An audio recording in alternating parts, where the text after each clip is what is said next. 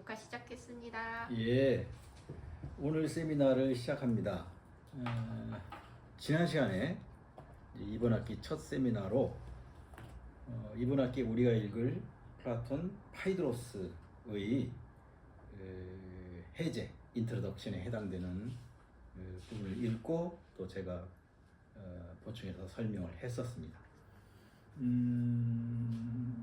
주제를 보자면 크게 우리가 읽는 파이드로스는 중요한 세 가지 주제를 다루고 있죠. 그래서 전체 대화편의 분량이 한 3분의 1씩 대략 됩니다.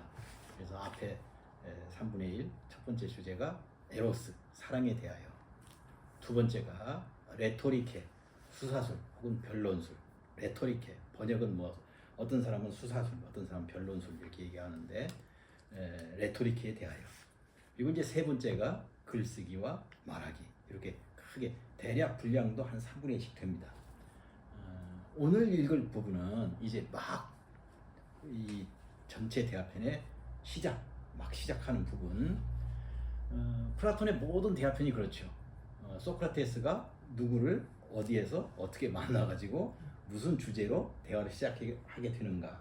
예를 들어 뭐 심포시어, 국가 다 그렇죠. 그래서 우리가 읽는 이 파이드로스도 소크라테스가 어느 날 파이드로스를 만나고 그 파이드로스와 걷다가 일리수스 강변의 풀밭에서 파이드로스가 마침 품 안에 끼고 있던 책자, 그 당시에 책이라고 하는 것은 오늘날 이런 책이 아니고요, 두루마리, 파피루스 두루마리예요. 마치 우리 옛날에 족자라고 하는 거 있었잖아. 양쪽이 있어가지고 여기서부터 풀고 여기서부터 감고 이렇게 보는 거예요. 옛날 이 당시 책은 그 파피루스 두루마리 책자를 품에 안고 있었는데 그게 리시아스의 책이에요. 막 그 리시아스의 책을 읽다가 나왔어, 이 파이드로스가. 그래서 두 사람이 만나가지고 리시아스 책을 읽고 거기에 대해서 소크라테스가 이야기하고 이런 식으로 이제 전체 대화가 시작됩니다. 박지훈 교수 역주본으로는 217쪽에 그 목차가 있죠. 목차. 지난번에 목차에 대해서도 제가 짤막하게 얘기를 했습니다. 박지훈 교수 역주본뿐이 아니고 독일어, 영어, 불어, 플라톤의 대화편에 대한 역주본 연구서는 다 이 자기들이 그 글 쓴 사람이 연구자가 생각한 목차를 실어요. 그런데 히랍어로 된 원래 이 플라톤 원전에는 목차는 없다. 그러니까 어떤 목차든지 그것은 다 나는 이렇게 읽었노라. 그러니까 박지훈 교수는 이렇게 읽은 거야. 그런데 이 목차가 독자에겐 도움이 된다. 가다 보면 지금 이 이야기를 왜 하고 있는 거야? 그게 잘 안 되면 이 목차를 보면 확인이 돼. 이렇게 해서 요거 다음에는 요 얘기. 예를 들면 목차에 보면 그 번호를 매겼는데 제일 큰 번호가 라틴 숫자 1, 라틴 숫자 2. 그다음에 이제 각각 라틴 숫자 1에는 1, 2, 또 그 아라비아 숫자로 라틴 숫자 2에는 1, 2. 그러니까 라틴 숫자 1만 해도 지금 방금 제가 얘기한 소크라테스와 파이드로스가 어디 가서 만나는 그 장면을 해갖고, 라틴 숫자 2를 보시면 리시아스의 돈변, 그게 이제 파이드로스가 품에 안고 있는 책자예요. 이런 식으로. 그래서 이 목차는 박지훈 교수는 이렇게 읽었는데 이게 독자한테 도움이 된다. 그리고 이제 221쪽에 가시면 대화자들, 그러니까 드라마나 영화를 보자면 나오는 사람들, 등장인물이야. 나오는 사람들. 영화 한 편 끝나면 맨 마지막에 엔딩 크레딧, 그래서 그 영화에 나오는 배우들, 또 제작자들, 감독서부터 무슨 조명 감독 누구 뭐 이렇게 쭉 나오잖아. 그래서 플라톤의 대화편도 이름이 대화편이야. 히랍으로 디알로고스, 영어로 다이알로그. 그걸 우리가 대화편이라고 번역하니까. 그래서 플라톤의 대화편에는 이렇게 등장인물이 있다. 보시다시피 다른 대화편에 보면 등장인물이 아주 단출합니다. 등장인물은 소크라테스와 파이드로스고, 이 파이드로스가 리시아스의 책자를 갖고 있기 때문에 박지훈 교수는 등장인물에 넣지 않고 각 주에서 리시아스에 대한 설명을 하고 있어요.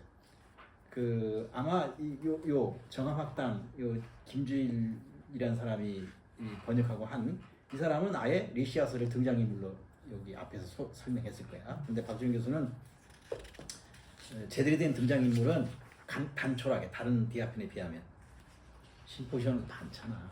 그러니까 한 마디씩 하면 그 연설 7개로 돼 있는데 그 중간중간 옥신각신하는 막간 그게 있는데 7명이 한 마디씩 하려니까 우리 연구소에서도 각자 이렇게 그 역할을 맡기다 보니까 이 심포시언 읽을 때는 7명이죠. 7명. 그 막간극 읽으려면 근데 이제 우리가 읽는 파이드로스는 아주 단촐하게 소크라테스, 파이드로스 두 사람 그리고 이제 리시아스의 책자와 관련해서 리시아스는 박정 교수는 각주에서 이게 하고 있다. 여기 등장인물을 읽지는 않겠습니다. 근데 이제 한글로 우리말로 플라톤 대화편을 번역할 때 뭐가 이제 어려우냐면 영어 토고 불어 번역에는 문제가 전혀 안 되는 이 대화편이 언제쯤 썼고 이 대화편에 등장하는 소크라테스 나이가 대략 얼마인가 그리고 소크라테스의 대화 상대방은 대략 얼마인가 왜냐면 대화 상대방이 상대방을 향해서 존칭을 써야 되는지 평서체로 그냥 친구 사이처럼 말을 해야 되는지 아니면 나이차가 많아가지고 소크라테스가 대화 상대방한테 말을 놔야 되는지 하게 해야 되는지 이게 우리말 번역에는 고민이야. 근데 영어 도구 불어에는 그런 게 없잖아.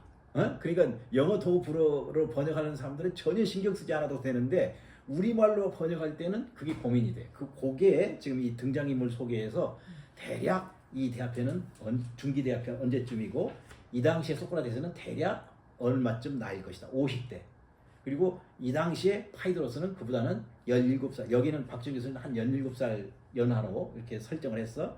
그래서 이제 소크라테스가 파이드로스를 향해서는 그랬나? 하게 이렇게 얘기하고 파이드로스는 소크라테스를 향해서 존칭을 해야 되고 나이차가 채워 나는 대략 한 세대 정도.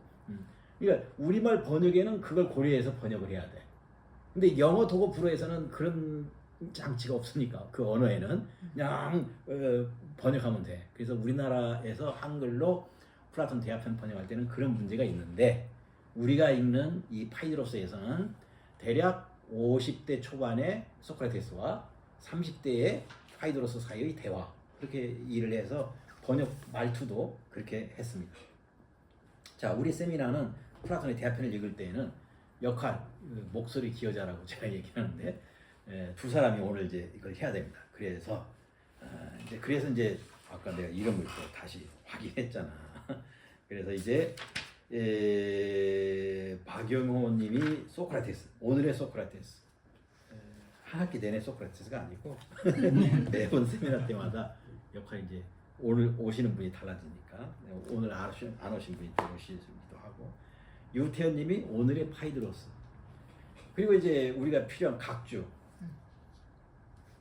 근데 오늘은 각주를 거의 다 읽을 것 같은데 이 각주는 허지연님 이렇게 해서 이제 거의 모든 대화편은 이제 소크라테스와 누군가 또는 여기서는 이제 단수인 파이드로스지만 다른 대화편에는 누구 일행이야 여러 사람이야 그러면 이제 그 사람 소크라테스와 소크라테스의 대화 상대방이 어디에서 어떤 일로 어떻게 만나서 무슨 주제로 대화하게 되는지 그걸 이제 우리 읽는 파이드로스도 마찬가지로 그렇게 어떻게 해서 그 대화가 이루어지고 있는가 그걸 보여주는 그 대목이 오늘 읽을 대목입니다. 자 그러면 전체 파이드로스의 시작 자 소크라테스부터 한번 역할 분담해서 한번 보십시다. 시작. 예. 친애하는 파이드로스여 어딜 가고 있으며 어디서 오는 길인가? 소크라테스님, 케팔로스 옹의 자제분인 리시아스님과 있다가 성벽 밖으로 산책하러 가는 중입니다. 거기서 또 잠깐 쉽니다. 여기 몇 줄 시작하지도 않았는데 각주를 잔뜩 달았어. 제가 이제 아테네를 4번 갔나 5번을 갔나 근데 갈 때마다 그동안 대화편에 나오는 거기를 찾아가는 파이드로스도 꼭 이 대화편 서두에 나오는 거기를 가고 싶고 그렇습니다. 그래서 그냥 활짝 이렇게 읽는 게 아니라 실제로 소크라테스나 플라톤은 아테네에서 살아서 거기서 살면서 사유하고 철학한 사람이기 때문에 여기에 나오는 그것을 생생하게 확인해 가면서 읽는 게 나한테는 큰 즐거움이었어요. 그래서 여러분한테도 그 즐거움을 드리려고 합니다. 우선 길에서 만났어. 길에서 제가 언젠가 한번 책을 이렇게 준비하면서 책 제목을 길 위에서 뭐 그런 식으로 한번 해볼까라는 생각도 했는데, 플라톤 대화편에서 맨 처음에 만나는 것은 다 길 위에서 만납니다. 국가도 마찬가지. 심포시온도 아가톤네 집에 가는 길에서 소크라테스와 그 소크라테스 지혜자 사이에 대화하는 걸로 시작하죠. 어디 책에는 제가 그걸 썼어. 철학자의 사유와 걷는다는 것 사이의 관계, 연관성, 사유와 걷기. 아리스토텔레스가 세운 학교 리퀴온에는 산책로를 일부러 만들었어요. 그 히라브로 페리파토스라고 해요. 지붕이 얹혀져 있는, 지붕이 있는 아주 고급 산책로예요. 오늘도 이제 산책에 관한 통로 얘기가 나옵니다. 그래서 아리스토텔레스가 왜 지붕이 덮여 있냐면, 비가 오나 눈이 오나 그렇지 않으나 항상 걸을 수 있다는 거죠. 그래서 정해진 대로 늘 걸으면서 사람과 대화했다는 거야. 그래서 이 철학자의 사유와 걷는다는 것 사이의 연관성, 이런 철학자가 한둘이 아니에요. 굉장히 많은 철학자가 그래. 소크라테스나 플라톤도 그 중에 하나고요. 칸트만 해도 칸트와 이 걷기, 산책과의 관계가 칸트의 삶을 적은 글에 보면 많이 나와. 아시다시피 칸트가 지금은 독일 땅이 아닌데, 독일을 대표하는 철학자임에도 불구하고 그 정치적인 그 역사에 의해서 지금은 러시아 땅에, 그러니까 독일, 그 위에 폴란드, 그 위에 그 칸트의 고향 퀘닉스베르크라는, 독일어로 퀘닉스베르크라는 곳인데, 러시아가 지금은 러시아 땅으로 되어 있어요. 그러니까 도시 이름도 러시아가 러시말로 다 바꿔놨어. 칼리닝그라드. 그러니까 한국에서 이제 한국 학생이 칸트 철학을 전공하고 칸트를 너무 좋아하고 존경해가지고 칸트의 고향을 한번 가볼까? 그런데 독일이 아니야. 러시아의 칼리닝그라드라는 데를 가야 돼. 그 칸트의 삶과 관련해서 유명한 일이, 그 퀘닉베르크라는 그 도시가 운하 도시야. 유럽에는 운하가 발달한 도시가 여러 개 있어요. 베네치아만 그런 게 아니야. 벨기에니 네덜란드에도 운하 도시가 많아. 그래서 운하 도시에는 곳곳에 그 운하가 있으면 다리가 있죠. 그 운하를 건너야 되니까. 그래서 거기서 유명한, 칸트가 정해진 시간에 꼭 정해진 지점을 지나가는 산책을 한다. 그래서 칸트처럼 중복되지 않고 다리 건너기. 그게 수학에서도 나와. 오일러의 도식이라고 그래가지고 중복되지 않고 한 번에 다리 건너는 게 있어. 그게 칸트의 산책에서 비롯된 거야. 정해진 시간에 꼭 정해진 지점을 통계해가지고 과한 후일담인데, 동네 아줌마가 칸트 지나가는 보고 시계 초침을 맞췄다. 세상에나 그렇게까지 했을까? 그런데 비교적 거르지 않고 항상. 근데 거기에서 이제 주목할 만한 것은 철학자의 사유와 걷는다는 것 사이의 연관성. 그게 우연한 게 아니다. 그래서 이제 플라톤의 대화편에서도 늘 소크라테스가 어떤 대화편에 있든지 만나는 게, 걷다가 길 위에서 누군가를 만나고 걸으면서 대화하다가 어디에 이제 좌정하고 계속 대화를 하는 그런 식의 시작이 굉장히 많다. 그래서 특별히 걷는다는 것과 사유와의 연관성. 제가 어느 책에다 그렇게 써놨어. 예전에, 아주 오래전에, 젊은 시절에, 혹시라도 뭐 어떤 사람을 소개한답시고 이렇게 무슨 양식지가 있고 사람 이름 그 다음에 꼭 뭘 소개한다고, 특기, 취미. 근데 꼭 취미라니 꼭 두 글자 들어갈 정도 이렇게 칸이 그렇게 돼 있어. 두 글자. 나는 이런 칸에는 못 쓰는 취미인데 이거 어떡하지? 그러니까 무슨 독서, 등산, 낚시. 야, 나 거의 다 보면 두 글자네. 바둑. 근데 난 두 글자로 안 되는데. 뒷짐지고 좁은 방구석을 다리가 아파서 주저앉고 싶을 정도로 끊임없이 생각하면서 걷기. 이렇게 써야 되는데 이 두 글자 가지고 안 되는 거야. 근데 철학 공부하면서 보니까 나만 그런 게 아니었구나. 칸트도, 소크라테스도, 아리스토텔레스도. 그래서 걷는다는 것과 사유한다는 것과의 연관성. 그래서 제가 운전면허를 안 한 건 아니고 여러 가지 기계를 잘 다룰 줄 모르고 무슨 운전이야 그랬는데 오늘 같이 이제 연구소 올 때 택시가 잘 안 잡혀. 그러면 이제 이 나이 먹고 젊었을 때 왜 운전을 안 배워가지고 운전도 안 해서 30분씩 길 위에서 이러고 있어요. 이제 오늘만 넘어가면 운전 이제 안 하는 것이 다 크게 불편하지 않는데 일주일에 한 번씩. 그래서 하여간 플라톤의 많은 대화편이 만날 때 어디를 이렇게 걷다가 소크라테스가 누구를 만나고 대화를 시작하는 이게 한두 번이 아니야. 파이드로스도 딱 그렇게 돼 있다. 그런데 거기 이제 고유명사가 나옵니다. 이 파이드로스라는 사람이 어디 가고 있고 어디에서 오는 길인가 그랬더니 케팔로스 옹, 이 할아버지야. 케팔로스 옹의 자제분인 리시아스님과 있다가 성벽 밖으로 산책하러 가는 중입니다. 케팔로스 옹, 리시아스. 이건 이제 국가는 양이 굉장히 많아. 근데 일관 막 시작하는 거기 보면 케팔로스 옹의 집에 일단 모여. 가던 길에 소크라테스 일행이 그 피레우스 아테네의 외항입니다. 피레우스 항에 벤디스 여신 축제를 보고 아테네로 돌아가는 길이야. 그런데 소크라테스님 어디를 가시는 길이십니까? 라고 케팔로스의 아들 폴레마르코스 일행과 만나게 돼요.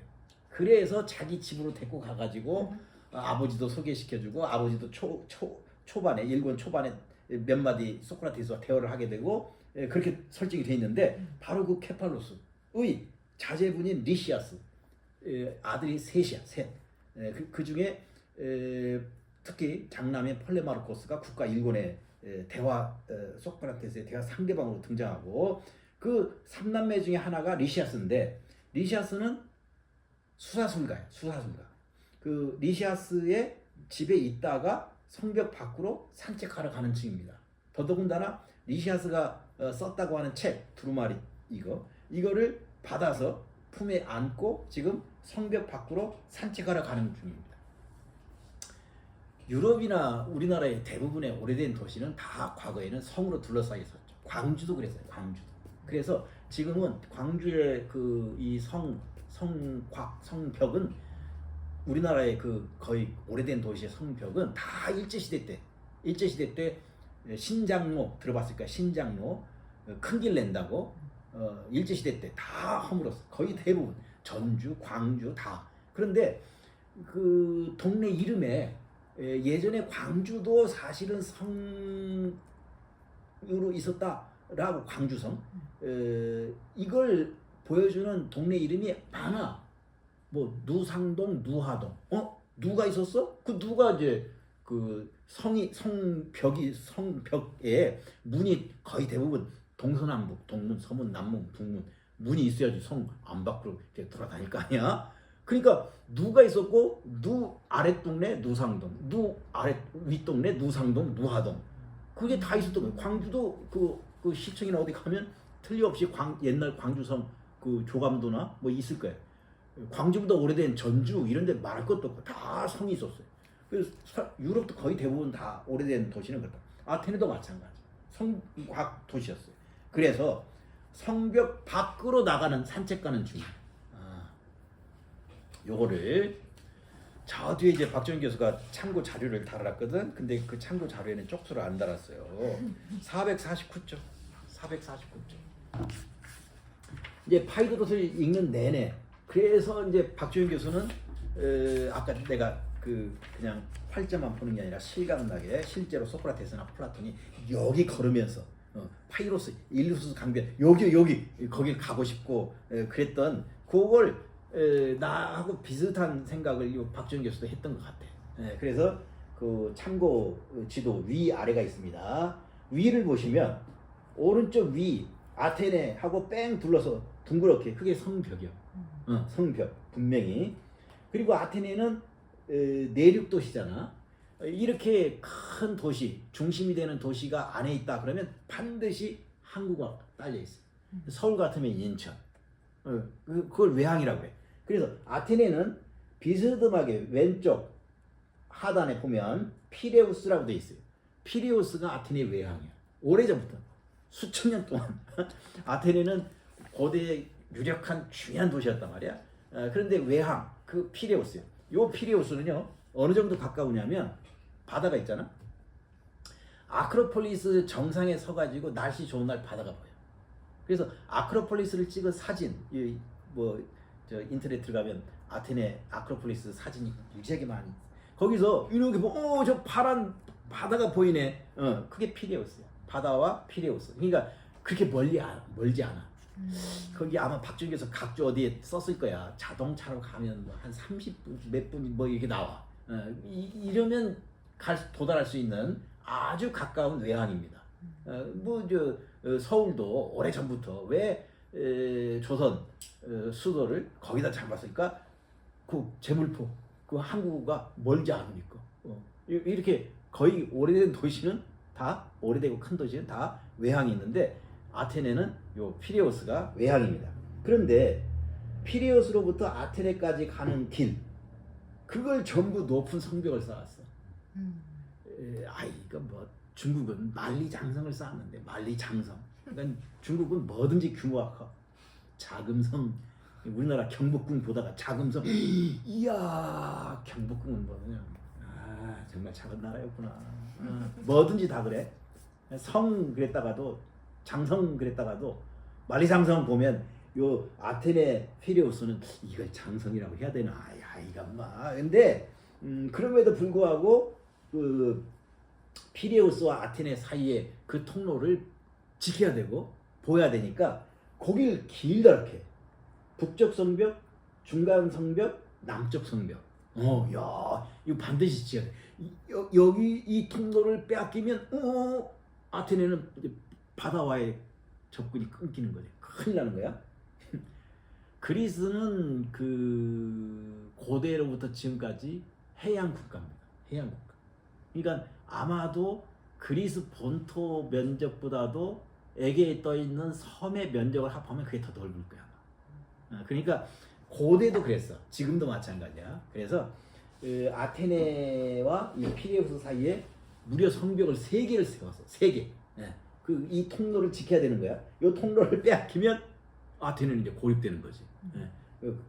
오늘날 그 피레우스는 그리스로부터 출발하는 모든 국제선 배, 그 다음에 국내선, 그 국내선이 다 에게에 떠 있는 수천 개의 섬으로 가는 배인데, 그로 가는 국제선, 국내선의 모든 배가 출발하는 항구가 피레우스. 그러니까 여러분들이 그리스 여행을 하다가 아테네는 물론 봐야 되겠지만 에게에 떠 있는 섬 중에 몇 개,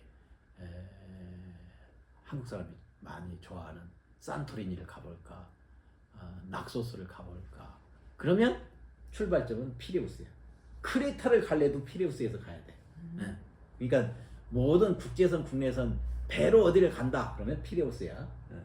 이제 피레우스까지 3개의 성벽이 쌓여 있다. 그리고 이제 아테네로 가봅니다. 아테네 성곽으로 둘러싸여 있지. 중요한 곳을 1, 2, 3, 4, 5, 6 해가지고 오른쪽 하단에 썼어. 그 아테네 한 복판 중에서도 가장 높아. 거기가 우뚝 서 있어. 그리고 이제 고층 건물이 없어. 그러니까 아테네 어디서든지 아크로폴리스를 보도록 돼 있어. 기껏해야 5층 건물짜리로 해서 어디서나 이제 아테네 그 길을 잘 잃을 수가 없어. 아테네를 아크로폴리스를 기준으로 이제 찾아가면 되니까. 그래서 거기 이제 범주에 보시면 오른쪽 아래에 1 한 복판, 그 성곽의 한 복판에 1 아크로폴리스. 그 다음에 2 거기도 언덕이. 내가 이제 언젠가는 해야 되는데 플라톤의 삶과 철학에 대한 책을 한 권 써야 되는데 오래전부터 조금씩 써왔는데 맨 처음에 이제 그 소크라테스 플라톤이 활동했던 아테네 얘기로부터 시작할 때 아테네는 언덕의 도시이다. 그 문장은 한 20년 전에 써놨어. 근데 책은 아직 완성을 못했지. 아테네는 언덕의 도시이다. 서양에 언덕의 도시라고 부를 만한 도시가 여러 어디 있어. 여러. 로마도 언덕의 도시야. 그 건국할 때 그래서 로마 여행하다 보면 무슨 언덕 그 언덕 다니는 거야. 아테네가 이제 대표적인 언덕의 도시고 다음번 우리 인문학 연구소가 1년에 한 번씩 꼭 어디 지중해와 관련해서 여행을 가잖아. 다음번 이제 포르투갈, 스페인이라고 예정돼 있는데 다음 1월에 리스본도 언덕의 도시야. 그래가지고 리스본을 여행한다는 것은 그 버스가 이 언덕 저 언덕 사이로 왔다 갔다 하는 거야. 리스본도 대표적인 언덕의 도시. 미국에서는 샌프란시스코가 언덕의 도시야. 그 유명한 길 있지. 그 차가 이렇게 올라가는 그 나머지 다 꽃길이고 이렇게 올라가는 유명한 샌프란시스코의 그 대표 길이 있어. 수많은 영화에 나오는. 그 길을 전차가 가. 복잡하지. 리스본도 그렇고. 아테네야말로 대표적인 언덕의 도시입니다. 수많은 언덕이 있어. 그런데 이 보시면 아레오파고스, 아레스의 언덕이야. 아레스의 언덕을 한 단어로 쓰면 아레오파고스야.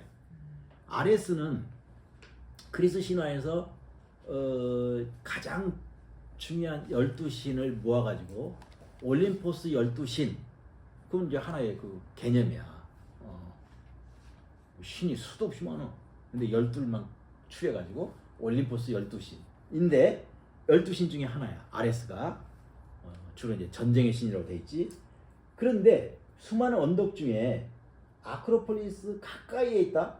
아주 가까워. 그래서 아크로폴리스를 둘러보고 이 아레오파고스를 안 가는 것은 말이 안 돼. 그 아크로폴리스 내려오면 아레스의 언덕이야. 근데 한마디로 하면 아레오파고스야. 파고스는 바위 언덕이라는 뜻입니다. 아크로폴리스도 전체가 큰 바위라고 할 수 있는데 이 아레오파고스도 전체가 하나의 바위예요. 거기 이제 바위 언덕이니까 올라가는 길을 뭐 이렇게 계단이나 뭐 이렇게 붙잡고 올라가도록 해놨어. 굉장히 미끄러. 전체적으로는 그 대리석 재질이야. 그러니까 거기서 미끄러져 가지고 다친 사람이 한둘이 아니야. 나도 이제 올라갈 때 그리고 또 내가 올라간 날은 바람도 무지하게 쐈어. 여기서 삐끗하면 큰일 나는데. 이제 그 가이드가 신신당부를 하지. 조심해야 한다. 신발 잘. 근데 왜 아레오파고스냐면 한 단어로 하니까 아레오파고스인데 아레스의 바위 언덕 이걸 뜻하는 단어야. 아레스가 자기의 딸을 범했다고 포세이돈의 아들을 뭐 폭행을 했던가 뭐 이렇게 해가지고 재판을 하게 됐어. 신들도 인간처럼 재판하게 돼. 그 재판했던 언덕이 아레스의 언덕이야. 아레스가 재판을 받은 언덕이야. 그런데 이제 재밌는 게 현대 그리스의 법원을 아레오파고스라고 불러. 그게 이제 그리스의 아주 놀라운 점이지. 전 세계에서 그리스밖에 할 수 없는 일이지. 고대 세계의 그 개념 표현을 현대에도 고스란히 쓰는 거야. 그래서 아레스가 재판받은 그 언덕이란 뜻이었는데 현대 그리스의 사법부 법원을 아레오파고스라고 불러. 그리고 또 이제 이것으로부터 나온 중요한 개념이 존 밀턴이라는 영국의 작가이자 사상가가 있어요. 존 밀턴. 보통 이제 우리가 신라권, 또 신라권이라는 작품 위로 우리나라 말로는 복락원, 파라다이스 로스트, 파라다이스를 잃어버렸어. 근데 나중에 되찾아. 그래서 신라권, 낙원을 잃어버렸다는 뜻이야. 파라다이스 로스트, 존 밀턴이라는. 근데 광주에서는 신라권 그러면 중국집인 줄 알아.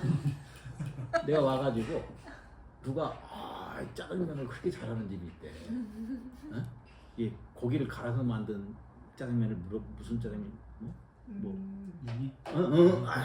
그 집이 그 유니짜장을 잘한대. 근데 본점은 옛날에 시내에 있었는데 첨단에도 하나 있고 신가 지역에도 하나 있고 어디도 있는데 뭐 언젠가 뭐 한 수십 년 전에 내가 가서 한번 먹어봤는데 뭐 동네 짜장면 그게 차이가 없던데. 근데 내가 이제 여기 그 광주에 와서 얼마 안 돼가지고 신라권은 존 밀턴인데 근데 알고 보니까 중국집 이름이 신낙원이야. 신낙원. 낙원을 잃어버린 게 아니라 새로운 낙원이야. 짜장면의 낙원.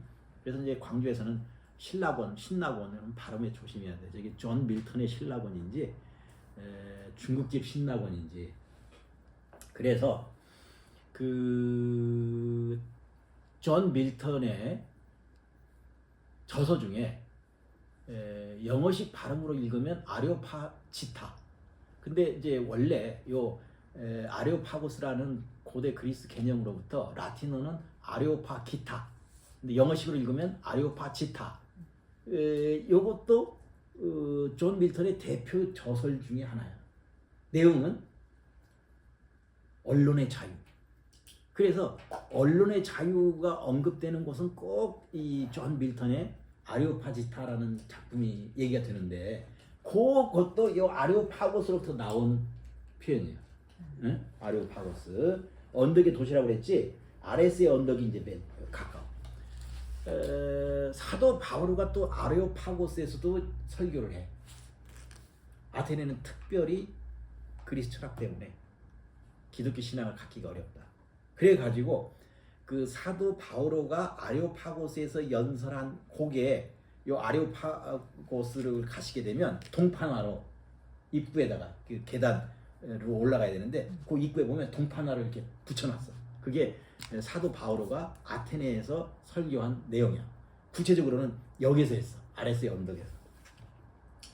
그리고는 이제 3위 아고라야. 아고라는 아시다시피 평지지. 그런데 이제 아고라의 언덕이란 말을 쓸 때가 있어. 아고라의 언덕. 거기에는 신전이 있어.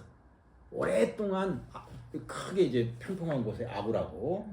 거기에 이제 아테네 시민들의 일상생활을 영위하는 중요한 기관들, 법원,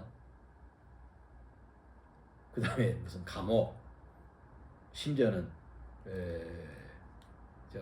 협의회, 또 조폐공사, 조폐국, 그 아테네 사람들의 일상생활에 중요한 곳이 다 모여 있는 곳이 아고라 아니야. 그런데 아고라 한쪽에 높은 언덕이 있어. 거기에 신전이 있지. 그 신전을 오랫동안 테세우스 신전인 줄 알았어. 그래서 심지어는 아테네에도 지하철이 다니는데 요 아크로폴리스 쪽 가기 위한 가장 가까운 지하철역이 테시온이야. 테시온이란 역에서 지하철역에서 단체 여행객은 내려서 아고라로 간다고. 근데 지하철역이 테시온이란 말은 테세이온, 테세우스 신전, 테세이온, 바로 그 아고라 옆에 언덕에 있는 신전을 오랫동안 테세우스 신전이라고 알았기 때문에 심지어는 지하철역조차도 테시온이라고 불렸던 거예요. 현대 히라오 발음에 가깝게가 테시온이고 테세이온, 테세이온, 온을 붙이면 테세우스 신전을 뜻하는 단어예요. 그런데 연구하다 보니까 이게 테세우스가 아니네. 뭔가 불가마, 무슨 여기서 야금, 무슨 금속 처리 뭐 이런 게 자꾸 발견이 돼. 그래서 이제 고쳤어. 야, 오랫동안 우리가 테세우스 신전이라고 알고 있었던 게 사실은 헤파이스토스 신전. 불카누스, 대장간의 신. 그래서 지금은 이제 고쳤어. 요거는 이제 테세우스 신전이라고 했는데 그렇지 않고 헤파이스토스 신전이다. 가시게 되면 규모는 다른 신전에 비해서 규모는 작은데 잘 보존이 되어 있는 고대 그리스 신전 중에 아마 이 정도 안 망가지고 이 정도 온전하게 보존된 게 드물다 싶을 정도로 잘 돼 있는 게 그 아고라 언덕에 있는 헤파이스토스 신전이에요. 그런데 하도 오랫동안 테세우스 신전이라고 해가지고 지하철역까지 그렇게 붙여놨는데 그걸 고치기는 그래서 여전히 지명은 테시온이야. 지하철역 이름이자 그 일대를 태시온이라고 부르는데 그것까지 고치기는 너무 복잡해. 그래서 여전히 태시온역이라고 하고 태시온 지역이라고 하는데 사실은 테세우스 이제 알고 있었던 시절에 생긴 지명이에요. 그래서 이제 아고라 언덕이고 있고 3아고라. 그리고 이제 거기 저기 우리 김은주 선생은 449쪽의 지도를 보고 있어요. 위에 위 잘 펴고 있네. 오른쪽에 그 범주 그리고 3이 아고라고 4 아고라 가로 안에 보시면 아고라 언덕의 이렇게 돼 있잖아. 아고라는 전체 넓게 펼쳐진 평지인데 거기 언덕이 하나 있어. 그래서 그걸 굳이 부른다면 아고라 언덕이야. 그 아고라 언덕에 헤파이스토스 신전 이제 연구 성과를 반영해서 수정된 옛날 같으면 테세우스 신전인데 그게 이제 4고 언덕의 도시라고 그랬지. 수많은 언덕이 있다. 5 푸닉스 그것도 언덕 위에 있어. 특히 이 푸닉스 언덕이 민회 고대 민주주의 아테네 민주주의를 대표하는 민회가 여러 군데인데 가장 오랫동안 민회가 있었던 곳이 푸니스 언덕이에요. 그러니까 푸니스 언덕 가면 옛날 민회 터를 들리게 되지. 거기 이제 연설자들이 올라서는 베마라는 거기 올라가서 이제 연설을 했던 거야. 찬성, 반대 연설. 그것이 있는 넓은 그리고 이제 그 연설터 뒤에 바위로 된 돌로 된 바위로 된 뒤에 둘러친 데가 있어. 그래서 사람들이 집중해서 그 연설하는 사람들의 말이 잘 들리도록 그렇게 돼 있는 곳을 일부러 택해서 그렇게 했다는 그 가장 오랫동안 민회는 한 군데에서만 하질 않았어. 디오니소스 극장도 민회 구실을 한 적이 있었어. 그런데 가장 오랫동안 민회가 있었던 곳은 요 푸닉스 언덕이야. 6 디오니소스 극장. 요거는 이제 이 아크로폴리스 남쪽 경사면에 있는 디오니소스 극장. 그래서 거기 위 지도를 보시면 아테네가 성곽 도시다. 그래서 그 성벽 아테네를 둘러싼 성벽 밖으로 산책 가는 길이다 라고 하는 거죠. 성 안에서 성 밖으로 그 지도에 아테네 성벽 바깥을 한번 보시면 오른쪽에 리카베토스 산, 다른 데는 리카베토스 언덕이라고 써놓은 데도 있어. 언덕의 도시라고 그랬지. 높이는 그 수많은 언덕 중에서 리카베토스가 압도적으로 높아. 그러니까 이제 박정희 교수 같으면 이 정도 높으면 언덕이라고 하지 말고 산이라고 하자. 그래서 리카베토스 산 그랬는데 수많은 언덕 중에 하나야. 가장 높은 산, 가장 높은 언덕. 그리스 신화에도 또 이 리카베토스와 관련된 게 있는데 뭐 이렇게 옮겨가다가 떨어뜨렸다는 거야. 그래서 생긴 게 리카베토스라고 하고 언덕 가장 높은 언덕이고 이제 산으로 부를 정도로 다른 언덕에 비해서 높아. 맨 위에 리카베토스 맨 위에 가면 다른 언덕도 이제 이렇게 내려다볼 수 있지만 더 말할 나위가 없지. 아테네 전체를 내려다보기에는 거기 이제 작은 교회, 성당, 예배당이 있어. 그리스는 다 그리스 정교회인데 정교회. 내가 2번 갔을 때 2번 다 결혼식 하는 걸 봤어. 그러니까 그리스 사람들의 결혼식 단골 장소 리카베토스 꼭대기에 있는 작은 성당. 거기 이제 또 국기 개항대가 있어. 2번 다 가서 그걸 봤어. 군인 복장을 한 2사람이 그리스 기 내리는 거. 오후 한 5시쯤 갔을 거야. 이제 거기까지는 마치 뭐 푸니쿨리라고 하는지 뭐라고 하는지 아마 아테네에서는 텔레페릭이라고 했던 것 같아. 굴을 뚫어서 전차 비슷한 것을 타고 올라가. 제법 슉 하고 올라가면 리카베토스. 오른쪽에 리카베토스 산이 나와. 왼쪽으로 갑니다. 왼쪽으로 가면 엘레우시스로 가는 성도. 이거 굉장히 중요한 거예요. 그래서 엘레우시스로 가는 성도, 엘레우시스로부터 출발한 종교 사절단이 골로 들어와. 그러면 두 짝 성문으로 들어와야 돼. 그러면 어디로 가느냐? 아고라로 들어가. 그 아고라에 보면 그 지명 중에 엘레우시스로부터 오는 행렬길이 나와 아고라에. 그래가지고 이제 결국 어디로 이어지도록 돼 있어? 아크로폴리스로 이어지도록 돼 있어. 그리고 이제 거기에 두짝 성문이란 박정희 선생님께서 D 필러, D가 두리란 뜻이야. 그러니까 하나 성문이 있어. 근데 이 성문만 이렇게 두 개, 두 짝이야. 문이 이게 성곽도시 아테네에는 성문이 열 몇 개가 있어. 여기 어디 각주에 박정희께서 숫자를 썼을 거야. 13개인지 17개인지. 고대 세계 가장 크다고 할 수 있는 성벽이야. 그래서 성 안과 밖을 드나들도록 성문이 열 몇 개가 있단 말이야. 그런데 디필론이 가장 규모가 크고 가장 중요하고 아테네의 정문이라고 생각하면 돼. 정문. 나머지도 이제 다 성의 안과 밖을 드나드는 곳인데 여기 정문. 그리고 엘레우시스로 가는 성도와 두짝 성문 위에 아카데미아. 이게 플라톤의 학교예요. 내가 그토록 찾아가려고 했던. 결국 속 시원하게 못 찾은. 응? 그래서 아카데미아가 그 지점에 거기 근처에 있었다는 거지. 그 아카데미아에서 쭉 내려가봐. 강이 나와. 캐피소스 강. 그래서 고대 문헌에 플라톤의 아카데미아 얘기할 때 언급되는 강이 캐피소스 강이야. 그래서 아카데미아는 캐피소스 강이 흘러가는 곳 근처에 있었다. 캐피소스 강 옆에 에리다노스 하천 그랬네. 오른쪽에는 일리소스 강이 있고. 그런데 나 같으면 다 그냥 강이라고 하고 싶어. 아테네 인근에는 세 개의 강이 흘렀다. 근데 이제 박지훈 교수는 에리다노스 하천은 그보다는 규모가 좀 작으니까 하천이라고 하고 각주에도 그렇게 썼어.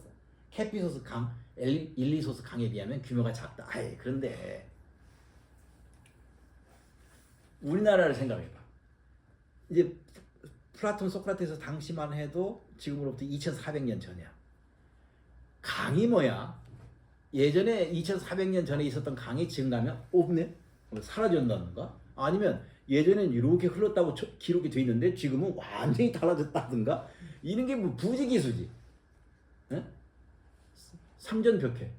뽕난 밭이었어. 근데 지금 푸른 바다네. 2400년이야. 그래서 에리다노스만 특별히 하천 그때는 규모가 좀 작다. 그러니까 세 개의 물길이 있었다. 세 개의 물길이 있었고 아카데미아 플라톤의 학교 아카데미아와 관련된 언급에는 늘 캐피소스 강이 나와. 캐피소스 강이 흐르는 곳에 플라톤의 아버지가 가지고 있었던 장원 농장이 있었다. 그것을 상속받았어. 거기에 연 학교가 플라톤의 아카데미아다. 캐피소스 강. 캐피소스 강과 반대쪽에 일리소스 강이야. 일리소스 강. 그리고 오늘 이 파이드로스는 바로 아테네 성곽에서 나와가지고 일리소스 강 주변에 어느 풀밭 아래에서 벌어지게 되는 대화. 일리소스 강, 캐피소스 강. 다음번 아테네를 갈 때는 이제 요 파이드로스 강의 무대가 된 요 아테네 성곽의 남동쪽 성문을 근처에 있는 일리소스 강 주변을 한번 다음에 가보면 대략 여기 그랬는데 앞에 보시면 박준규 교수가 이미 찾아갔어. 1980년대 내가 독일에 86년에 갔고 박준규 교수가 한 87년 88년 요 무렵에 아테네 대학 교환 교수였단 말이야. 그래가지고 당연히 여기를 찾아갔지. 여기 각주 어디에 나올까 그랬더니 무슨 길이 있고 큰 길이 뚫렸고 군데군데 복개 광주 저 용봉동 그 다 복개도로 아니야. 그러니까 그게 오래 전인데 다 더군다나 아테네 성곽에서 가까우니까 지금은 막 도심이야 도심. 그러니까 다 복개해 놓고 그다음에 큰 플라타나스 아래 그랬는데 큰 플라타나스가 없어. 그 큰 플라타나스 찾아 헤맨 얘기가 여기 각주어에 나와. 나 벌써 이제 다 박준희 교수가 한 번은 갔어. 그런데 찾기 힘들다. 파이드로스에는 그렇게 아름답게 묘사가 되어 있는데 어디지? 복개도로에다가 큰 길 나 있고 큰 플라타나스는 찾기 힘들고 조그만 나무 몇 그루 있고 여기 아닌 길이에요. 찾기 원래 파이드로스에 나오는 그 어딘가는 이미 세월이 너무 많이 흘러가죠. 여기쯤 이게 찾기 어렵다. 그 다음에 이제 그 아래 지도를 보십니다. 아래 지도를 보시면 굵은 선으로 둥그렇게 그게 성벽이요. 성벽. 그런데 테미스토클레스 성벽이란 말이 나와. 몇 번에 걸쳐서 성벽이 이렇게 또 보강되고 하는데 가장 대표적으로 그 성벽을 완성한 사람이 테미스토클레스예요. 테미스토클레스는 아시다시피 페르시아 전쟁의 영웅 아니야. 막바지까지 그 육지가 초토화되고 막바지 바다에서의 마지막 해전 하나 남았는데 그 해전에서의 극적인 역전승으로 페르시아 전쟁을 승리로 끝내게 되는. 그래서 그 아래 지병에 그 성곽의 저 북쪽에 보시면 테미스토클레스 성벽 이렇게 표시했어. 현대 아테네에 가셔가지고 왼쪽에 푸닉스나 요정들의 언덕을 올라가시면 테미스토클레스 성벽의 일부를 보시게 됩니다. 거기 보시면 뭔가 성벽이 나오는데 가이드가 이제 이게 바로 테미스토클레스 성벽의 일부다. 원래는 뭔데? 둥그렇게 전체. 아테네는 둥그렇게. 요정들의 언덕이나 푸닉스 내가 본 곳은 테미스토클레스 성벽의 일부라고 나와 있는 것을 본 것은 필로파포스 탑이라는 탑이 있어. 그게 아마 요정들의 언덕일 거야. 필로파포스 그 탑. 그 필로파포스 탑 찾아가는 길, 올라가는 길가에 테미스토클레스 성벽이 있어. 어느 정도 남아 있냐면 그 다음 쪽. 어느 정도 남아 있냐면 그 다음 쪽. 그렇게. 야, 그 오래전에 쌓았던 테미스토클레스가 쌓은 성벽의 일부. 이게 이제 남아 있단 말이야. 근데 과거에는 어떻게 됐어? 뺑 둘러서 테미스토클레스 성벽. 거기도 아까 이제 위쪽 지도하고 연관해서 봐봐. 테미스토클레스 성벽이라고 쓰여져 있는 북쪽에서 서쪽으로 가보십니다. 서쪽으로 가시게 되면 엘레우시스로 가는 성도 아카데미아 그리고 두짝 성문이 거기 나와. 두짝 성문이 정문에 해당된다고 그랬어. 그 옆에도 또 다른 성문이 있고. 그런데 거기에 유심히 보실 만한 지명에 케라메이코스. 지금도 아테네 가시게 되면 케라메이코스도 가볼 만한 곳 중에 하나야. 아크로폴리스에서도 떨어져 있지. 아크로폴리스는 아테네 성곽의 가운데 원이 아크로폴리스야. 맨 가운데. 그게 아크로폴리스야. 그 아크로폴리스로부터 떨어져 있어. 케라메이코스. 그 우리 연구소에서 아테네 갔을 때에도 그때는 내 기억으로 두 그룹으로 나눠서 한 그룹은 케라메이코스 가고 한 그룹은 시장을 가고 아마 그렇게 됐던 것 같아. 난 당연히 케라메이코스를 가는 팀으로 갔지. 영어로 세라믹 이란 말하고 케라메이코스가 어원이 같대. 그래서 과거에는 도자기를 굽던 곳이야. 그래서 가시게 되면 이 케라메이코스라는 데를 가시게 되면 지금은 박물관인데 마당에 옛날 고대 가마가 있던 터 여러 곳이 있어. 그래서 지명이 케라메이코스야. 근데 도자기를 굽던 터에서 시간이 지나가지고 또 중요한 역할을 하는 게 뭐냐면 공동묘지라고 박정희 교수는 어디다 썼는데 국민묘지. 나라를 위해서 목숨을 잃은 사람들의 그러니까 이 케라메이코스 박물관 건물이 있고 거기 보면 이제 이 지역에서 출토된 여러 가지를 유치하고 그 다음에 제법 큰 마당이 있는데 그 마당은 고대 가마 그 다음에 그 봉군이 많이 그 오래된 그러니까 아주 고대의 국민묘지에 해당되는 봉군 그리고 가마터 이걸 보는 거야. 케라메이코스. 그래서 두짝 성문이 정문에 해당된다고 그랬고 그 외에는 다 성문이라고 썼어. 거기만 두짝 성문. 거기 성문 밖 케라메이코스, 성문 안 케라메이코스. 두짝 성문을 중심으로 그 일대가 케라메이코스라는 곳이. 그래서 케라메이코스 가면 아카데미아 가는 길이라는 팻말이 있어. 그런데 정작 아카데미아는 못 찾았잖아. 그래서 아카데미아 가는 길이라는 팻말이 거기에 있고 그 성문 앞 케라메이코스에 보면 축제 행렬 길 이렇게 써 있어. 그 축제 행렬 길이 어디로? 아고라와 아크로폴리스로 향하도록. 어디에서 출발해가지고 엘레우시스로부터 출발해가지고 그 여기 이제 몇 분은 나하고 아폴로기아도 읽었는데 그 아폴로기아가 이제 소크라테스가 재판 받았던 그 법정이 어디에 있느냐? 아고라에 있다고 봐야 되겠지. 그러면 아고라의 이런 건물은 여기 있었고 법원은 여기 있었고 협의회는 여기 있었고라고 하는 그 박정희 교수 역주본에 저 뒤에 우리와 같은 부록의 지도가 있어. 거기 보시면 축제 행렬 길이 나와. 그 축제 행렬 길이 지금 여기에 요거. 그러면 이제 다시 또 수많은 언덕들, 요정들의 언덕, 아레스의 언덕, 무사의 신들의 언덕 쭉 언덕이 나오고요. 맨 가운데 제일 작은 성곽 거기가 이제 아크로폴리스야. 에렉테이온. 오늘 읽을 대목에 그 두 사람이 맨 처음에 그 자기들이 당도한 곳에 전해져 오는 신화나 전설 얘기를 하는 장면이 나오는데 에렉테우스가 나와. 그 에렉테우스가 요 아크로폴리스에 있는 에렉테이온의 그 어원이 되는 사람 이름이야. 그 에렉테우스를 모신 곳이야. 그래서 에렉테이온이야. 아까 테세우스를 모시는 곳이 테세이온이듯이 에렉테우스를 모시는 곳이 에렉테이온이야. 어디에? 아크로폴리스에.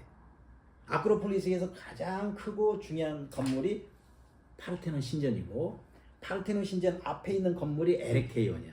그 에렉테이온과 관련된 인물인 에렉테우스가 오늘 읽는 파이드로스 앞부분에 오늘 볼 거야. 전체 아크로폴리스의 문에 해당되는 게 프로필라에. 그리고 이제 그 아크로폴리스 남쪽에 디오니소스 극장. 그리고 동남쪽으로 옵니다. 올림피 에이온. 올림피 에이온이 제우스 신전이야. 아크로폴리스가 높잖아. 한 지상으로부터 해발 50m야. 굉장히 높단 말이야. 그러면 이렇게 내리다 보면 거의 이제 지금 여기 나오는 아테네 성곽 안에는 다 보이는데 가장 눈에 먼저 띄는 게 제우스 신전. 왜? 고대 그리스 세계에서 얼마나 많은 신전이 있었겠어. 근데 고대 가장 규모가 큰 신전이 바로 이 제우스 신전이었어. 근데 제우스를 나타내는 말이 여러 개가 있어. 올림포스의 제우스. 올림포스의 주신이니까.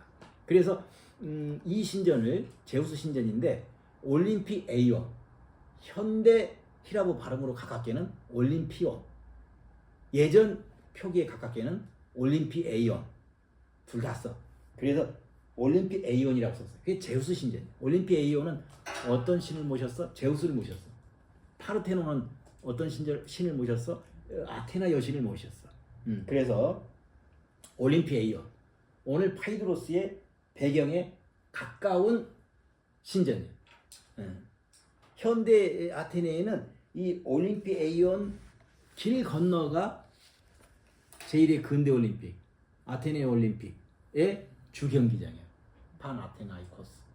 그래서 이제 아테네 여행할 때 올림피 에이온 제우스 신전을 둘러봤다. 제우스 신전은 가장 규모가 크다고 그랬는데 큰 기둥 열 몇 개만 남았어.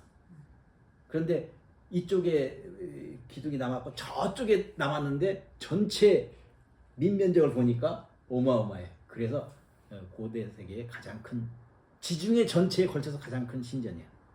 그리스 민족이 세운. 그 시칠리아에도 수많은 신전, 그리스 신전이 있고 어디에도 그리스 신전이 있는데 그리스 세계 전체에 걸쳐서 가장 규모가 컸다는 신전인데 그 신전 바깥에 성문 나오면 일리소스카. 그리고 뭐가 나오냐? 아르테미스 성역 아그라이라는 말이 나와. 아르테미스도 올림푸스 12신 중에 하나지.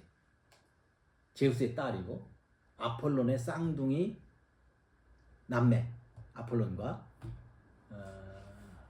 로마 신화로 가면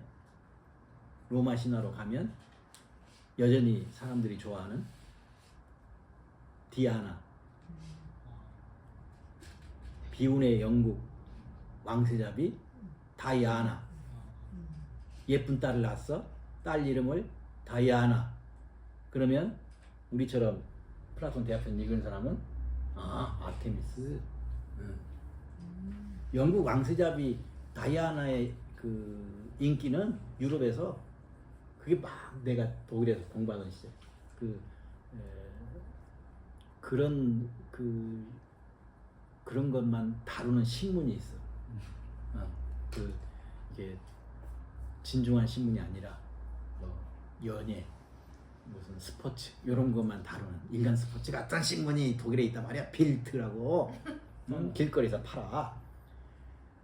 연년세대 하루도 빼놓고 계속 나오는 게 다이아나 이야기. 오늘은 다이아나가 이러. 오늘은 그렇게 다이아나를 독일인데도 유럽 사람들이 사랑하는. 영국 왕실에서 왕도 별별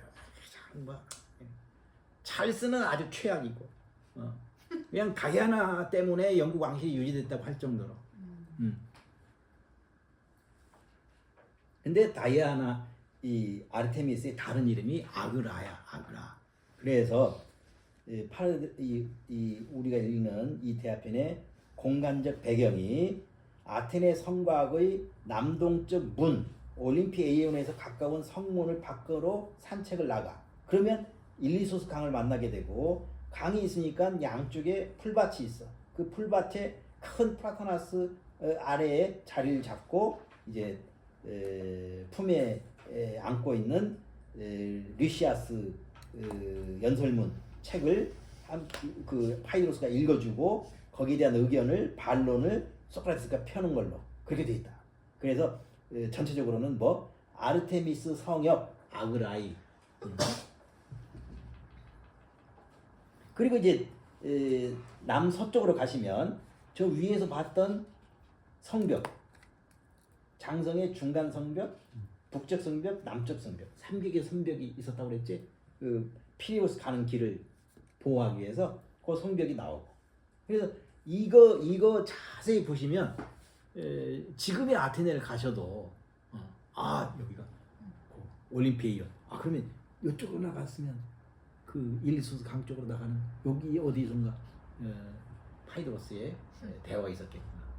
심포시온에서는 맨 마지막에 그 밤을 꼭박 세웠는데 리케온으로 가서 또 하루를 시작했다. 리케온 나오지? 오른쪽에 리케온. 거기 성문. 성문으로 이렇게 나가가지고 소크라테스가 리케온으로 갔겠구나. 이렇게. 그러니까 그리스를 방문하시거나 여행하실 때 플라톤 대화편에서 우리가 봤던 이런 데를 확인해 가면서 이렇게 본 아고라도 그렇고 그런 게 나한테는 큰 즐거움이었는데 우리가 읽는 이 파이드로스의 공간적 배경이 그렇게 돼 있다. 본문 2줄 읽고 지금 얼마 동안 설명한 거야. 본문 2줄 읽고. 자, 계속해서 보십시오. 긴 시간을 거기에서 아침 일찍부터 앉아서 보냈기 때문에요. 선생님과도 그리고 저와도 친한 사이이신 아쿠메노스님의 말씀을 따라 바깥 길로 산책을 하는 겁니다. 이게 주랑길에서 하는 산보다는 피로를 더 덜어준다고 하시니까요.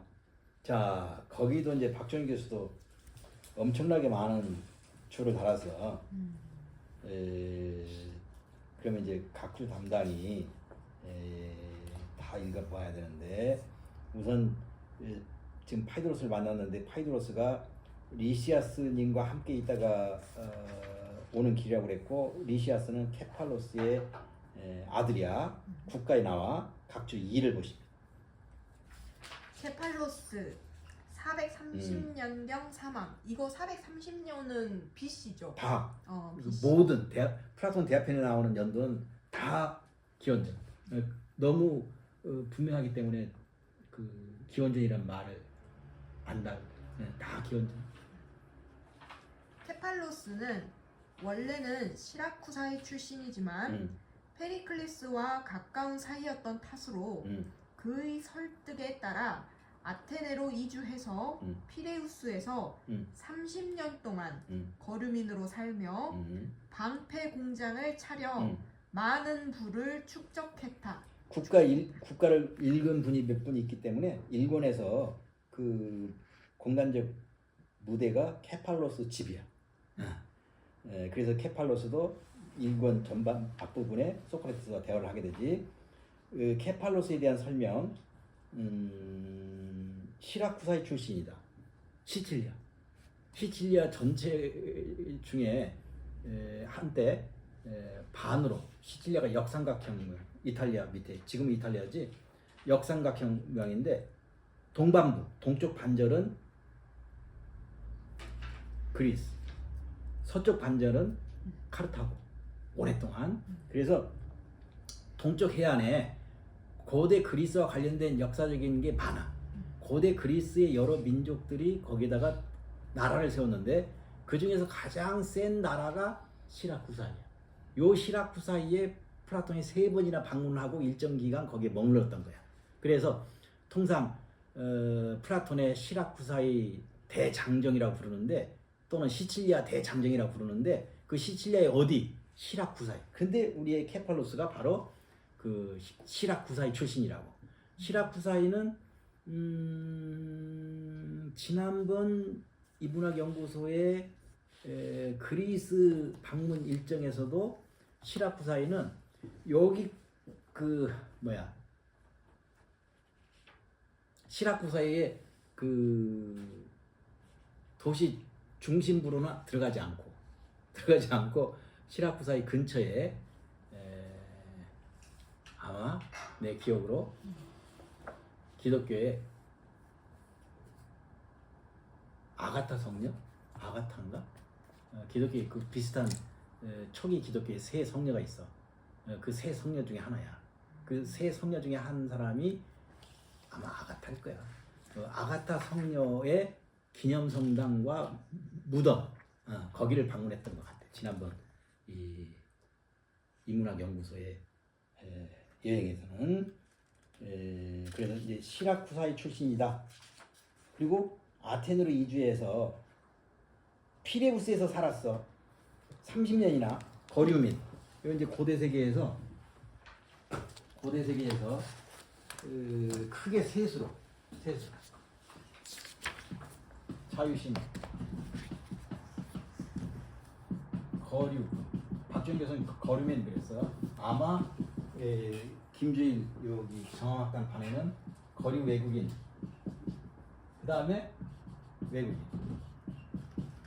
물론 이제 자유시민과 이제 노예가 있죠. 노예냐 자유시민이냐. 그리고 또 하나 중요한 개념 중에 거류민 또는 거류 외국인이라는 게 있어요.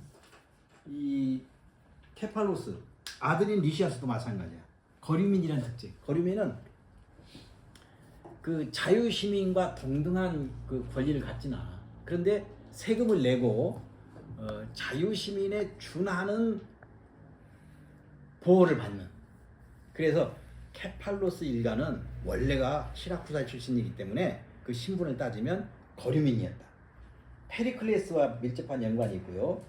30년 동안 피레우스에 살면서 그래서 이제 국가 일본에서 그 피레우스의 케팔로스 집에서 일본이 되는 거고 경제인이야. 방패 공장을 차려서 큰 부를 쌓았어.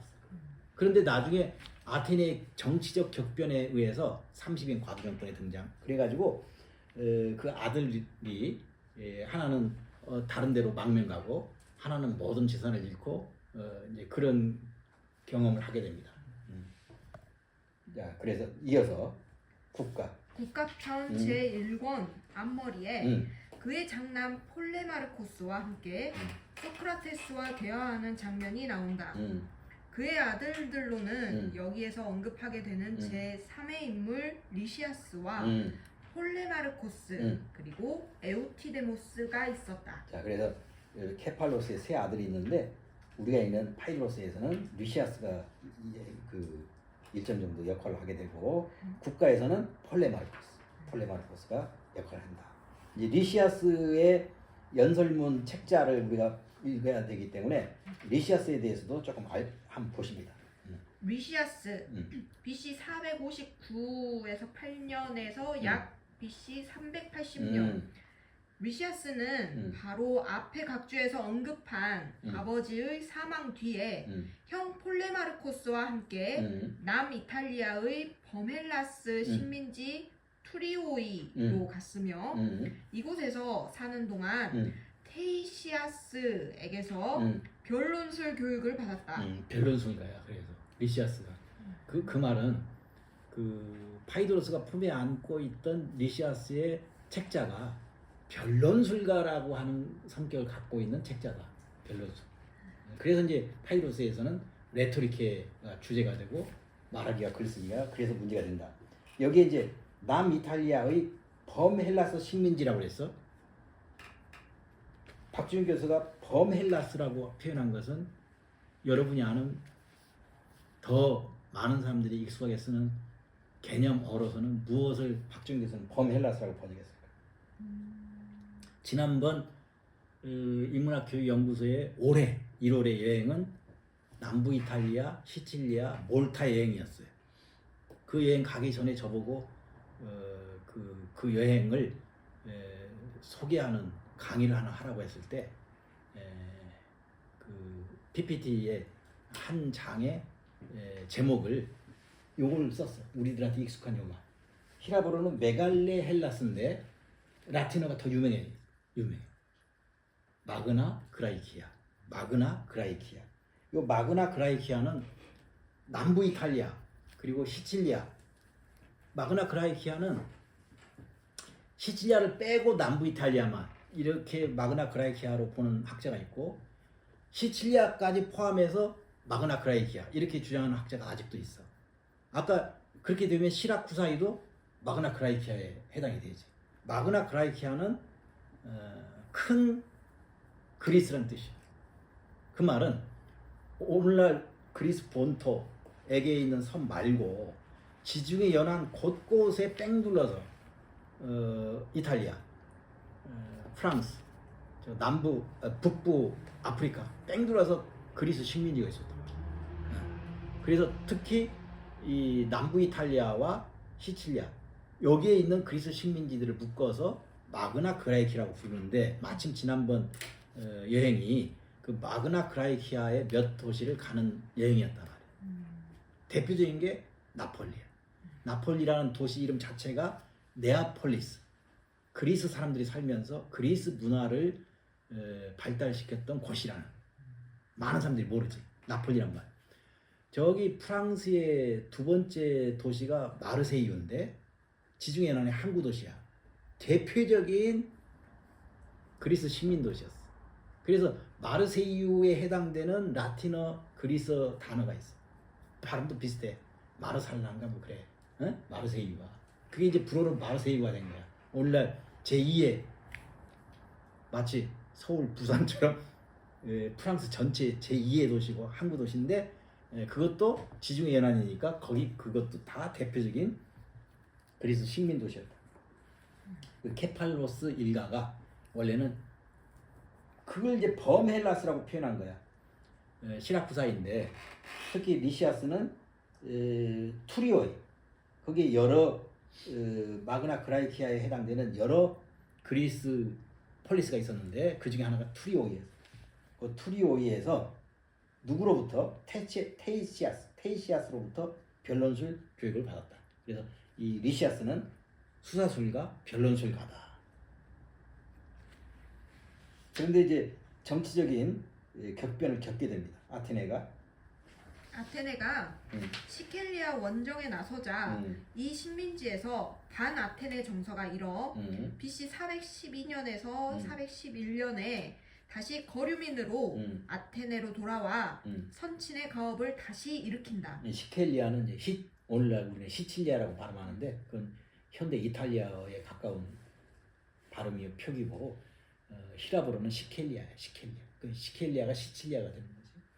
그래서 아테네의 시켈리아 원정 이게 이제 그 누구? 알키비아데스와 연관되는 거지. 요 시킬리아 원정에 나서니까 요 일대에 반 아테네 정서가 일어서 그 영향을 받게 된다는 거지. 그러나 403년에 30인 참주 정권은 재산가들의 재산을 몰수하기 위해 이들을 체포했는데 그들 중에는 이들 두 형제도 있었다. 리시아스는 메가라로 도망했으나 형은 처형되었다. 메가라는 아테네에서 멀지 않은 곳에 있어요. 아테네에서 멀지 않아. 아테네에서 코린토스 가는 길 그 사이에 있어. 그래서 나중에 소크라테스가 죽고 나서 소크라테스를 계승한다고 자부하는 4개의 학파가 생기는데 그 중에 하나가 메가라 학파야. 그 메가라 학파가 특히 그 소크라테스 사후에 등장하는 것은 메가라라는 곳이 아테네에서 코리토스 가는 길 사이에 있는 아테네에서 멀지 않은 곳에 있는 친 아테네, 물론 어떤 국면에서는 아테네와 반목하기도 하는데 주로 짧은 반목도 있지만 주로 친 아테네적인 그리로 리시아스가 도망가고 형 폴리마르코스는 처형돼. 그는 망명 중에 역시 망명 중이던 민주파 인사들을 지원하는데 가진 돈을 다 썼다. 같은 해에 민주파가 30인 참주 정권을 무너뜨린 덕에 그도 기환했으며 민주파 인사들의 호의로 아테네 시민권을 부여하려 했으나 아테네의 실정법에 어긋나 이는 불가능했다. 그 아폴로기아를 소크라테스 변론을 같이 읽은 사람은 소크라테스가 법 재판을 받게 되는 과정에 있어서 그 아테네 정치적인 변화, 민주정, 30인 과두정권, 아까 30인 참주정권 그랬는데 같은 걸 달리 표현한 거야.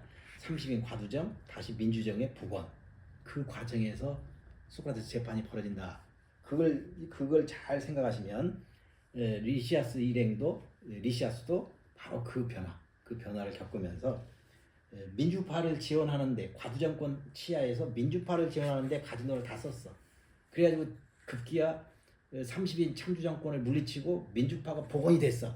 그러면 이제 대우를 받고 자유 힘이 돼야 되는데 거절했다고. 그러나 어쨌든 민주파를 돕느라고 다 썼기 때문에 경제적으로는 빈곤하게 된 거지. 그래서 이제 남은 돈도 없는 터라 그는 주로 법정 변론문 작성자로 활동하게 된다. 로고그라포스. 이것도 아폴로기아에서는 중요한 개념이야. 로고그라포스. 고대 민주주의 체제 아래서 로고그라포스라는 이름으로 불리우는 사람이 있어. 이게 법정 연설문 대리 작성자야. 로고그라포스가. 그래서 이제 그 아폴로기아 소크라테스 변론에서는 재판정에서 말하는데 피고가 있고 원고가 있을 거 아니야. 원고인 아니토스, 밀레토스 등등은 비싼 돈을 주고 로고그라포스가 작성한 연설문을 읽고 있는 거야. 반면에 소크라테스는 제안을 했으나 무슨 소리 거절했어. 그 제안을 받은 자가 루시아스라. 그러니까 루시아스도 수사술가, 변론술가하고 고대 아테네 민주주의의 독특한 그 직업이라면 직업 로고그라포스였어. 거부의 아들이었는데 그런 정치적 격변에서 재산을 탕진했어. 뭘로 다시 생계를 유지했어? 로고그라포스로서 생계를 유지했어. 소크라테스의 재판에 로고그라포스로 제안되었던 인물이 다 바로 이 리시아스였어. 근데 그걸 소크라테스는 거절하지. 그러면서 그 법정에 모인 사람들한테 여러분들은 놀라운 아주 듣기 좋은 그런 연설을 들을 테지만 나는 진실을 말할 것이다. 그 잘 말하기와 진실을 말하기를 계속 대비시키잖아. 그 소크라테스의 연설문을 쓸 뻔한 사람이 리시아스였다. 근데 그런 리시아스가 쓴 연설문을 주제는 에로스고 그걸 이제 우리가 파이드로스를 통해서 읽게 되는데 실제로 이 로고그라포스로서의 리시아스의 연설문 34기가 남아있다. 놀랍지.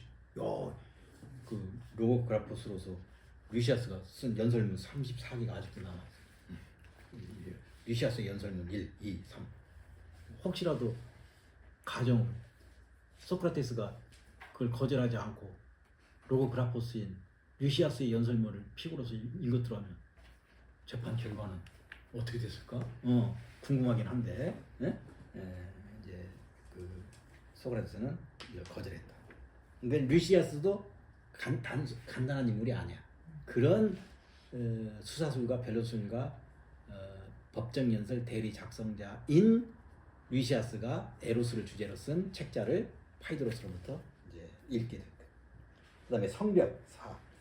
여기서 말하는 성벽 테이코스. 테이코스는 아티케에서 도시민 아테네를 둘러싼 성벽 페리볼로스 둘러싼 성벽을 말하는데 테미스토클레스의 성벽으로도 불리는 것이다. 아예 그 이 오랜 세월에 걸쳐서 몇 차례에 걸쳐서 파는데 성벽으로서 완성된 게 테미스토클레스이기 때문에 아예 테미스토클레스의 성벽, 그 테미스토클레스의 성벽을 작은 따옴표로 묶었잖아.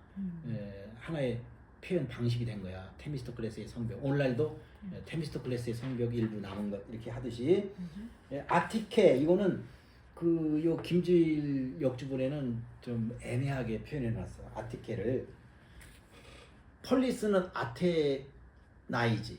우리가 아테네라고 부르는 그 아테네를 포괄한 훨씬 넓은 지역을 아티케라고 해. 이게 라틴어와 영어로는 아티카야. 아티카. 라틴어로는 이게 CA가 돼. 아티카. 그래서 영어로도 아티카고. 아티카 이 말은 아테네를 둘러싼 포함한 넓은 지대. 우리로 말하면 여기가 서울이고 경기도네. 서울을 둘러싼 경기도. 예전엔 다 그랬어. 광주를 둘러싼 광산군이 있었어. 근데 이제 그게 광주가 돼가지고 광산구가 됐지. 옛날에는 광산군이었어. 광주 성벽이 있었고 그 광주를 둘러싼 광산군이 있었지. 큰 도시는 다 그랬었어. 부산도 그렇고 대구도 그렇고. 근데 이제 지금은 다 대구로 편입되고 광주로 편입되고 다 서울로 많이 편입되고 옛날에 다 경기도 어디 경기도 고향 뭐 다 그랬던 건데 그래서 아티케라는 개념은 그 아테나이라는 유력한 폴리스를 둘러싼 훨씬 넓은 지역 이걸 아티케 지방이라고 불렀던 거야. 그러니까 이 테미스토클레스의 성벽은 이제 이 아테네를 둘러싼 성벽이고 그 다음에 저기 피레우스까지 가는 그 장성의 성벽 이런 것들이 아티케라고 표현할 수 있는 거지. 아티케. 그 다음 480년에 480년에 저 유명한 살라미스 해전에서 페르시아 함대를 격파함으로써 아테네를 구한 테미스토클레스는 이듬해 479년에 페르시아가 다시 침공해 오매 이전의 성벽을 허물고 급히 확장해서 새로이 구축해 했기 때문에 그리 불린 것이다. 그래서 이제 테미스토클레스의 성벽이라는 명칭이 생겼다는 거예요. 그 이전에도 있었는데 좀 조잡해. 그래서 이거 가지고는 안 되겠다. 그래서 그걸 허물고 오늘날에 우리가 보는 일부 그건 다 테미스토클레스의 성벽이라고 불립니다. 이 성벽은 그 둘레가 약 6.5km에 이르며 13개의 성문이 있었는데 그 주문은 서북쪽에 난 두짝 정문 디플론이 이었으며 시내의 아고라와 아카데미아로 연결되는 길은 이 문을 통해서다. 그래서 이제 주문은 뭐 음식점에서 음식을 할 때도 주문이 헷갈리니까 정문 성문이 13개나 있어. 13개.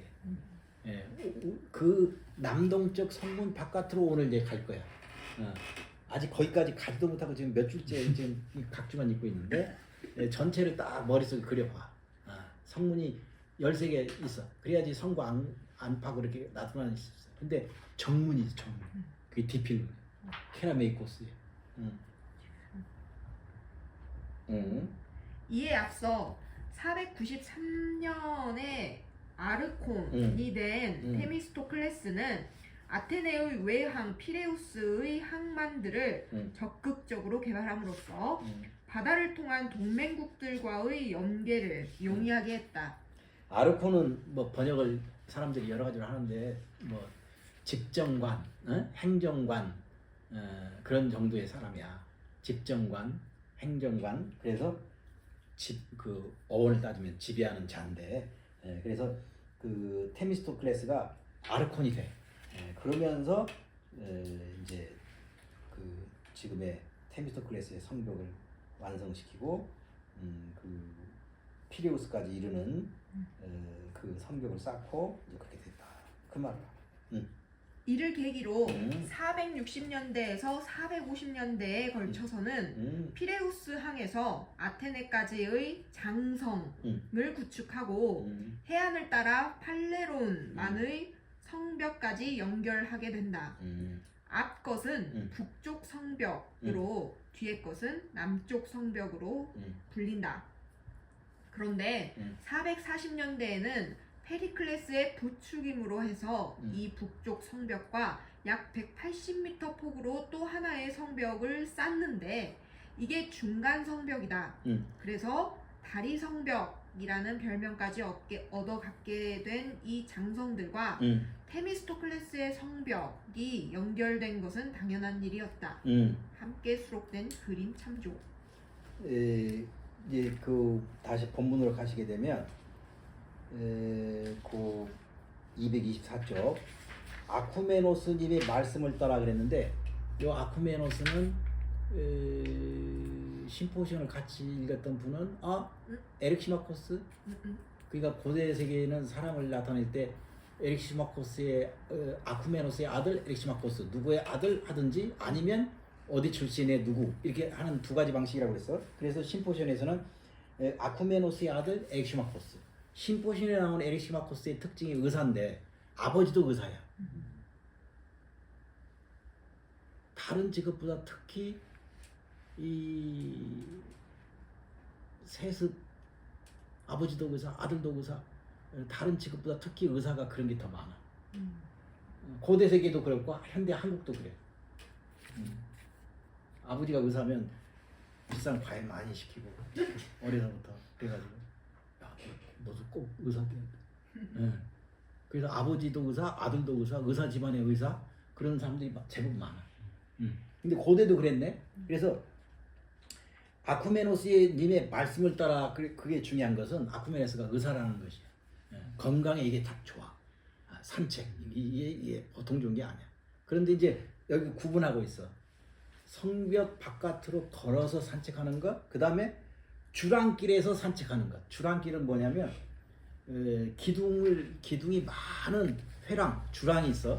그런 데는 걷기가 좋아.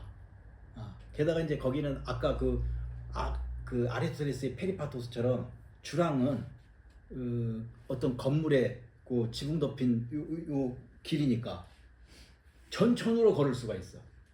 그리고 바닥도 고라. 그러니까 힘 안 들이고 걸을 수 있고. 그 얘기야. 그러니까 산책이라고 하는 게 얼마나 건강에 좋은 거야. 이걸 얘기하려니까 의사인 아쿠메노스 얘기를 한 거야. 아쿠메노스 님의 말씀을 따라 걸어서 이렇게 산책하는 거. 그 다음에 이제 주랑길에서 산책하는 거. 독일어. 동사는 시파찌이래. 명사는 시파찌어가. 정말 일상 대화에서 많이 쓰는 단어야. 독일 사람들이. 그러니까 보통 이제 유럽 안에서는 왠지 독일 사람은 재미도 별로 없고 좀 진중하긴 한데 사람들이 그렇게 재미가 없다. 프랑스 사람이나 영국 사람들에 비하면 그런 평가를 많이 받는데 끔찍이도 누구 만났어? 너 뭐 스파찌르 강원했냐? 아주 그냥 일상 생활에서 끊임없이 거의 유일한 그 사람들의 평소에 하는 일이 거의 대부분이 그런 거야. 산책, 산보. 그래서 이제 고대 세계인데도 의사인 아쿠메노스의 말씀을 따라서 주랑길에서 하는 산책, 또 이렇게 성벽 바깥으로 하는 산책 그런 일을 하고 있어요. 거기도 마저 읽어봅시다. 각주 6 주랑길에서 하는 산책. 주랑은 회랑. 유럽에 가면 그런 건축물이 많아요. 이탈리아의 어떤 도시인가? 원어는 볼로냐. 이탈리아의 볼로냐는 도시 전체가 다 이 주랑으로만 다닐 수가 있어. 그러니까 거기는 비 오는 날도 상관없어. 주락으로만 가면 되니까. 그 유럽에는 이제 그런 게 많지. 아테네의 대표적인 회랑 주랑은 그 아고라에 있는 큰 건물, 긴 건물. 그게 이제 가장 아테네에서는 규모가 큰 회랑 주랑이지. 지금은 이제 박물관으로 쓰고 있는데, 그래서 철학사의 스토아파의 스토아가 회랑이라는 뜻이야. 스토아파는 아예 자기 학파가 그런 회랑, 주랑의 학교를 세웠어. 그래서 스토아파라고 부릅니다.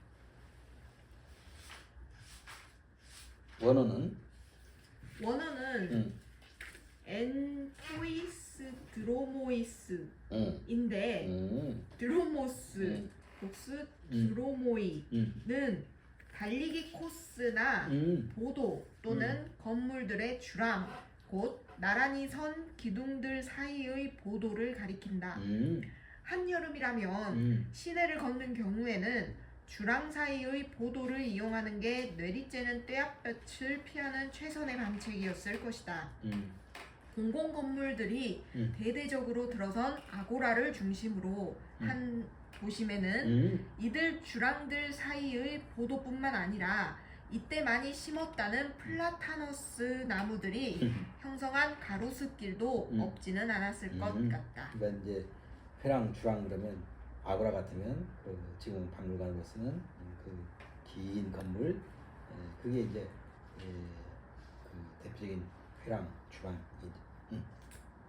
자, 소크라테스. 실은 훌륭한 말씀이지. 여보게 리시아스가 시내에 있었던 것 같구만. 네, 에피크라테스의 대개요. 올림피에이온 인근에 모리코스가 살던 그 집에서요. 자, 그 에피크라테스나 모리코스도 각주가 있는데 그거는 이제 각자 읽어보시고 그 리시아스가 어디에 머물고 있었는가? 집은 어디라고 그랬어요? 집은 그리스에서는 이제 시칠리아 시라쿠사의 사람인데 그리스에서는 피레우스라고 그랬어.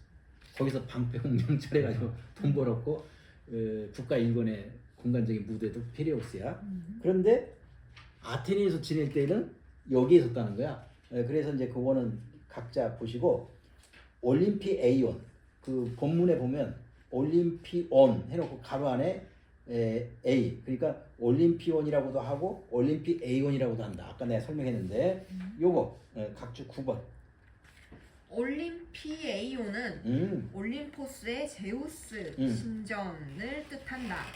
흔히 우리의 이 텍스트에서처럼 필사본들에서 올림피온으로 오기 되어 있는데 번역문에서 올림피에이온으로 한 것은 현대식 발음이 올림피온이기도 해서 양쪽 다를 존중하는 뜻에서 그리했다. 올림피에이온이 맞는 표기고 올림피온은 맞지 않는 표현인데 올림피온이라고도 해도 좋겠다. 왜?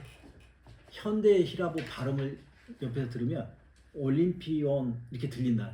이렇게 발음은 현대 히라보로. 근데 고대 세계에서는 올림피온 그러면 틀린 거야. 올림피에이온이 맞아. 그런데 현대 히라보로 현지 발음이 올림피온도 되는데 그래서 박지훈 교수가 올림피온, 올림피에이온 각진 괄호를 쓰고 그렇게 표기했다. 그런 뜻이에요. 올림피에이온이 맞는 표기고 필사본에 올림피온이라고 쓴 것은 오기야. 그런데 현대 히라보로는 그 복모 단모음화. 그래서 올림피온으로 발음하기도 해. 아이, 그래. 올림피에이온이 맞지만 올림피온도 맞다고 하자. 그런 취지예요. 이 신전은 참주 헤이시스트라토스에 의해 착공되었으나 그의 사망으로 중단되었다가 로마 황제 하드리아누스에 의해 완공되었다. 바로 이 올림피에이온 제우스 신전에서 멀지 않은 곳에 하드리아누스의 문이 있어. 하드리아누스의 문. 그러니까 현대 아테네 방문객으로서는 제우스 신전을 봤다. 그러면 당연히 하드리아누스 문도 오게 돼. 그 하드리아누스의 문이 이제 고대 그리스가 이제 로마가 되잖아. 로마가 지배하잖아. 그래서 로마 시대 아테네의 그 경계였었어. 하드리아누스 문으로부터.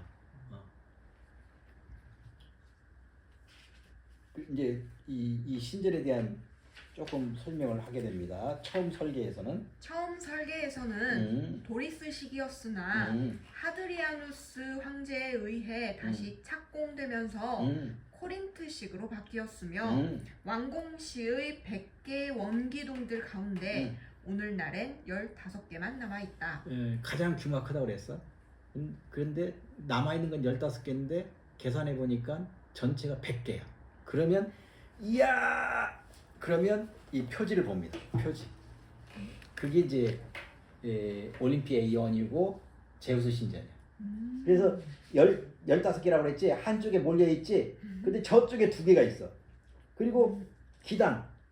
그러니까 이 한쪽에 남아있는 것만 해가지고 전체가 15개 남았는데 계산해 보니까 100개야. 그 다음에 이제 그 예전에 미술 시간에 배웠을 거야.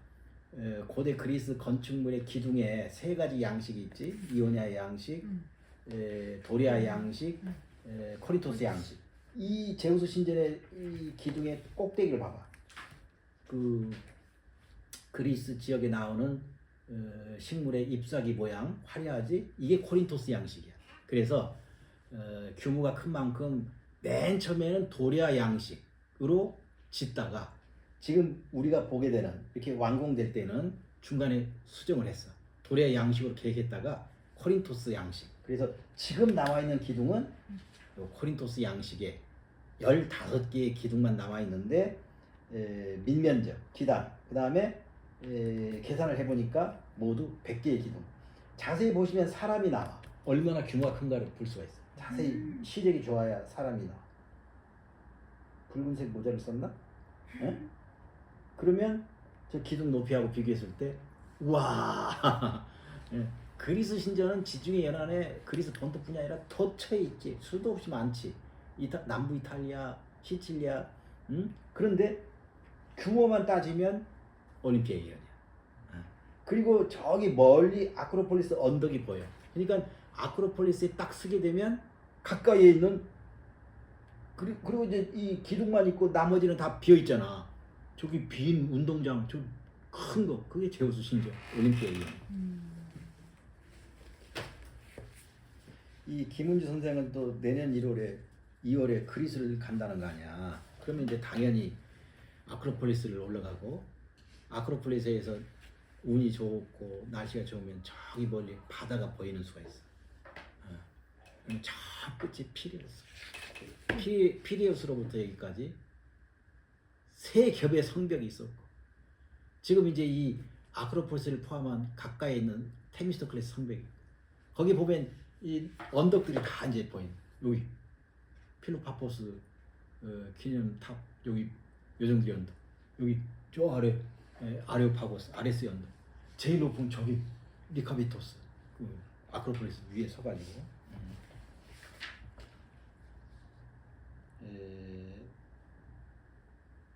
그 각주 한 줄 남았네.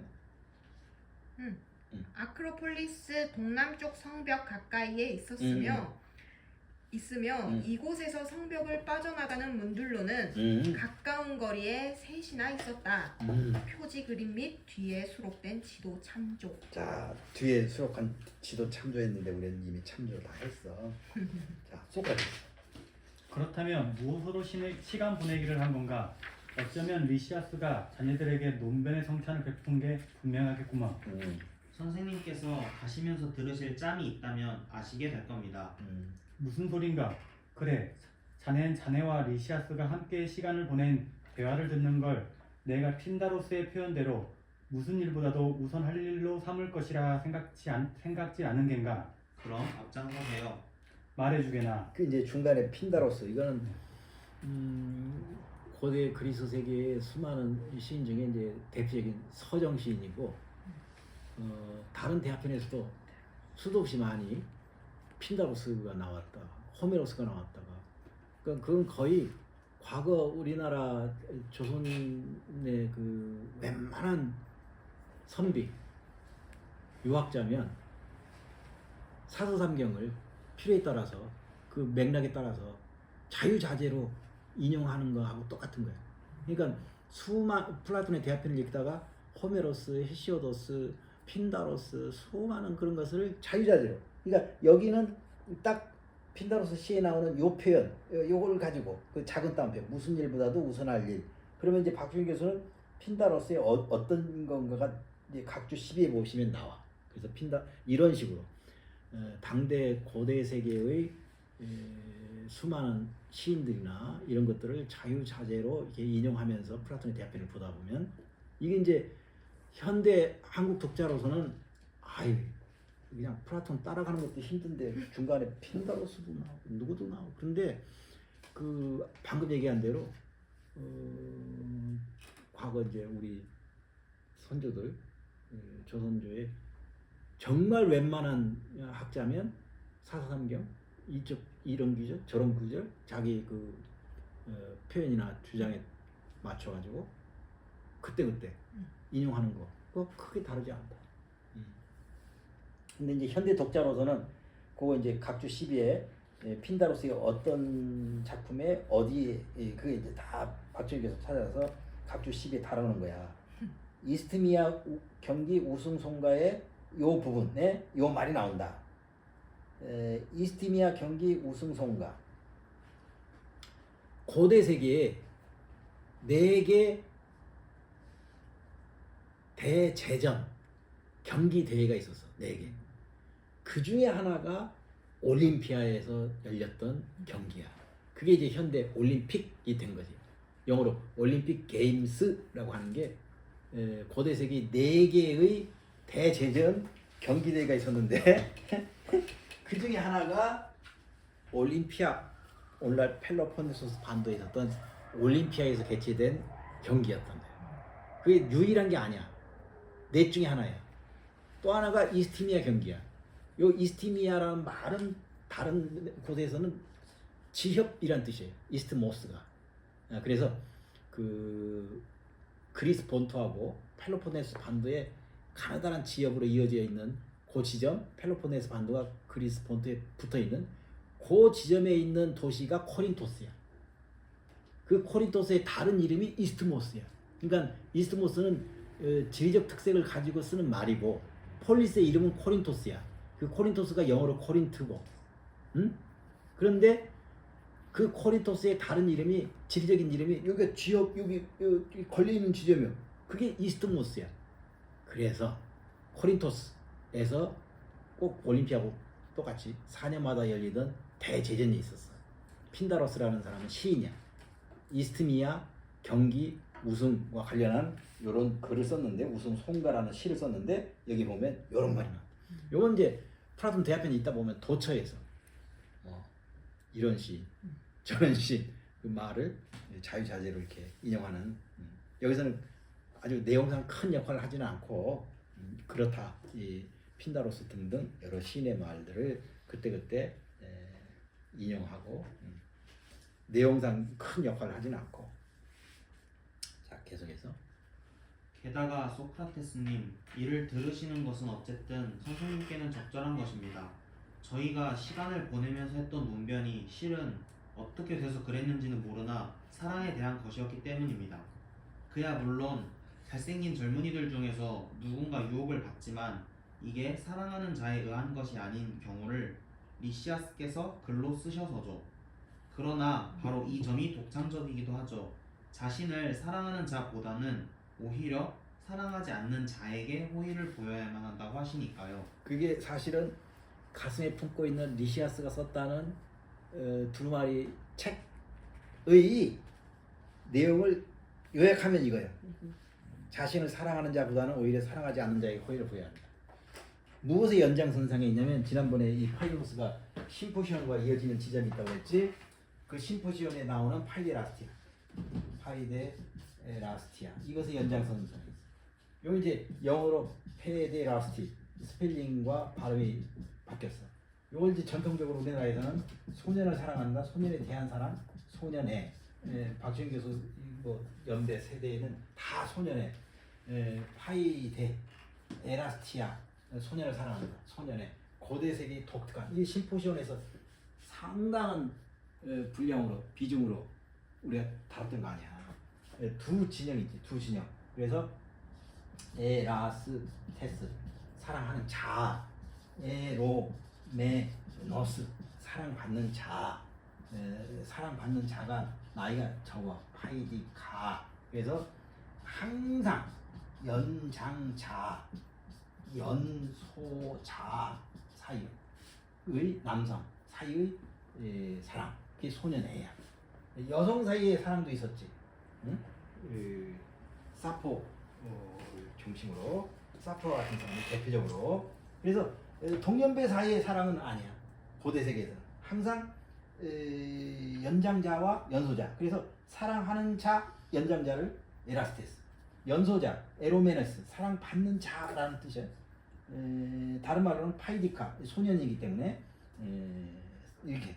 요거는 오늘날 개념으로는 멘토, 여기에 훨씬 가깝다. 멘토어 요즘 대학에서도 많이 쓰지. 멘토, 멘티, 돌봐주는 자, 돌봄을 받는 자. 이것도 이제 고유명사가 보통명사가 된 대표적인 말인데, 그리스 신화, 트로이 전쟁, 일리아스, 거기에 보면 멘토르라는 사람이 나와. 이 멘토르한테 트로이 전쟁에 10년, 집까지 가는데 10년. 누구야? 아유, 사람 이름. 응? 오디세우스. 어? 응. 그 오디세우스가 20년 동안 집을 비우잖아. 그 아들이 있어. 어떻게 할 거야 이거? 그래서 아들 텔레마코스를 누구한테 맡겨? 멘토르한테 맡겨. 이게 이제 사람 고유명사인데 보통명사가 됐어. 그래서 돌봐주는 자, 멘토르, 돌봄을 받는 자, 멘티. 이것에 가까운 개념이야. 파이데라스티아가. 그렇다고 해서 육체적인 관계가 없냐? 있어. 다만 이제 심포시온에 보면, 그래서 알키메데스가 육체적으로 소크라테스를 어떻게 해보려고 그 별짓 다 하는 거 아니야? 심포시온에서. 어느 날은 밤이 늦었는데 안 가고 저 하룻밤 자고 가도 될까요? 해가지고 같은 이불 속에 누워서 어쩌고저쩌고 나온 거 아니야? 그러니까 고대 세계에서 육체적인 관계가 없으면서 정신적으로 돌봐야지. 그건 아니야. 정신적, 육체적으로. 연장자가 연소자를 사랑하고 돌봐주고, 그런 고대 세계의 그 그리스의 독특한. 그래서 오늘날 여기에 훨씬 가깝다. 후계진 제도 뭐 이런 데 훨씬 가깝다. 그런데 거기에 육체적인 관계도 게재돼 있다. 다만 마치 그 현대 남성 사이의 동성애, 그래서 고대에는 동성애가 만연했다. 그건 너무 단순하다. 그거는 이런 그 연소자가 성장하기를 돌봐준다고 하는 그런 것을 미처 다 보여주지 못하고, 마치 순전히 그 육체적인 관계만 한 것처럼 그렇게 오해될 여지가 많아서, 그렇게 단순하게 고대에는 남성 사이의 동성애, 여성 사이의 동성애의 시절은 고대 그리스, 소크라테스와 플라톤도 그렇죠. 그 사이, 그런 사이고, 이렇게 보는 건 너무 단순한 이해다. 그 얘기를 심포시온에 했고, 파이드로스는 리시아스의 그 책자를 통해서 그 이야기를 이어받고 계속 할 거야. 그래서 이 한 문장, 자신을 사랑하는 자보다는 오히려 사랑하지 않는 자에게 호의를 보여야만 한다. 요게 그 파이드로스가 품에 안고 이제 소크라테스한테 읽어달라고 해서 읽을 건데, 그걸 한 문장으로 말하면 요거야. 리시아스의 그 책자가 말하고 있는 것은.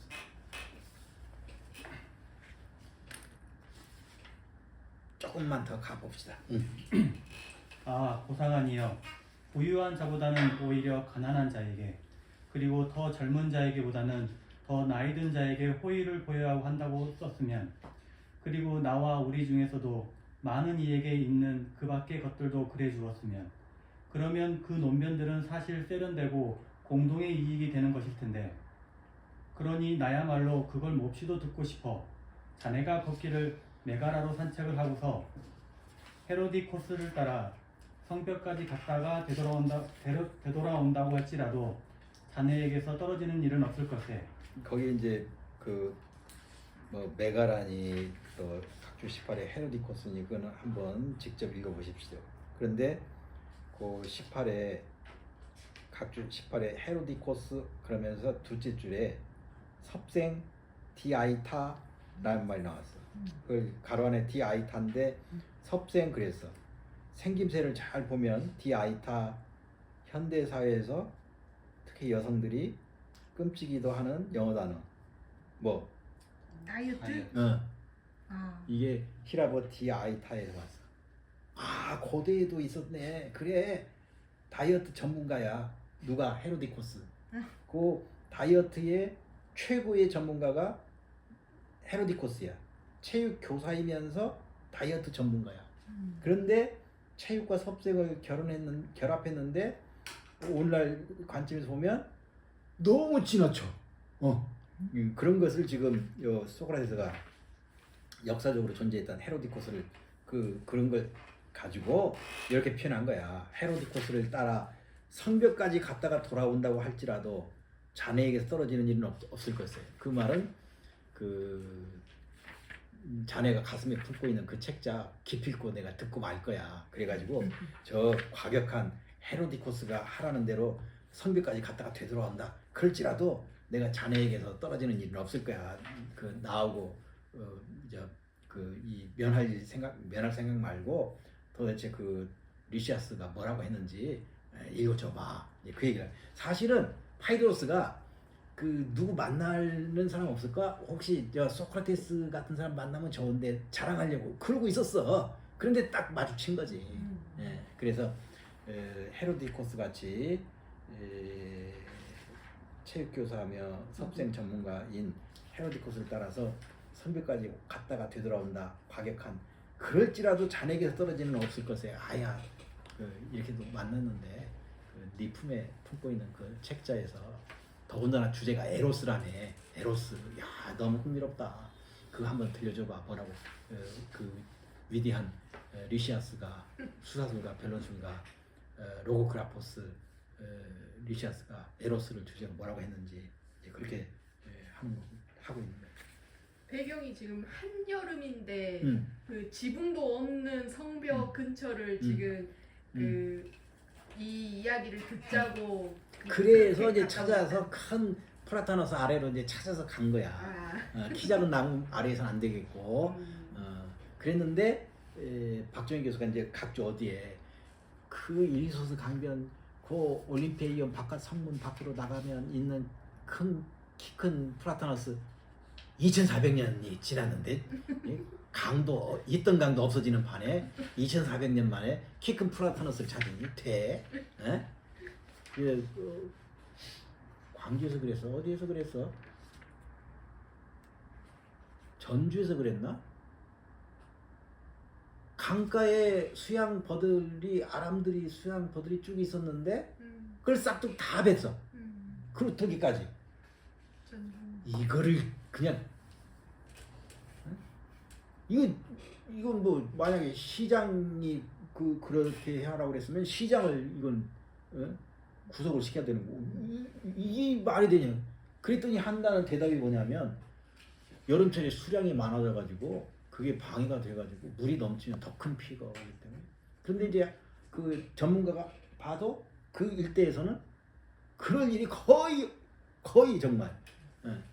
근데 그 아람들이 오래된 수백 그루를 그런 명목으로 그루터기만 남고 싹 뺐다는 거야. 그런데 이제 우리의 박정희 교수는 여름철에 가장 뜨거운 여름철 어느 하루에 파이드로스의 배경이 된 키 큰 일소스 강변의 키 큰 플라타노스가 어딘가 그거를 1980년대에 제가 헤맸는데 가보니까 일부는 복귀가 되고 일부는 무슨 길이 나오고 그래서 키 작은 나무 몇 개 막 엉종 있고 파이드로스의 배경이 되는 햇빛도 가릴만 하고 주변에 풀밭이 있고 그런 키 큰 플라타노스는 뭐 찾았노라. 이제 그게 이제 각주에 나와. 나도 다음번에 가면 이제 요 파이드로스 배경이 되는 요 근처도 한번 가보고 싶고 저쪽 리케이어는 뭐 갔던 여기 이렇게 소크라테스가 나가가지고 이렇게 갔겠구나. 아카데미아는 공원처럼 돼 있는데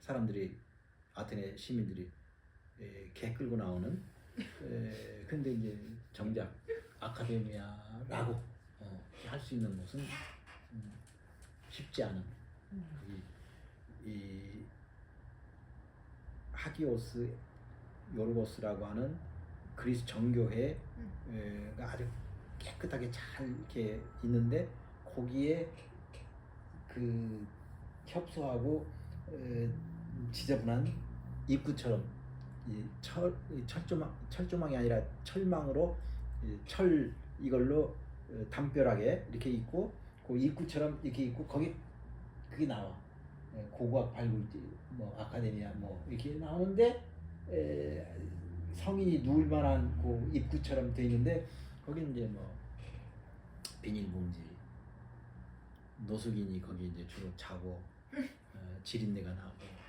그런 정도지. 그것도 내가 어디다 썼는데. 그리고 이제 인문학연구소에서 갔을 때는 그나마 우리 부부가 갔을 때 내가 그 사진을 찍었고 그나마 그 입구도 못 찾았어. 큰 공원.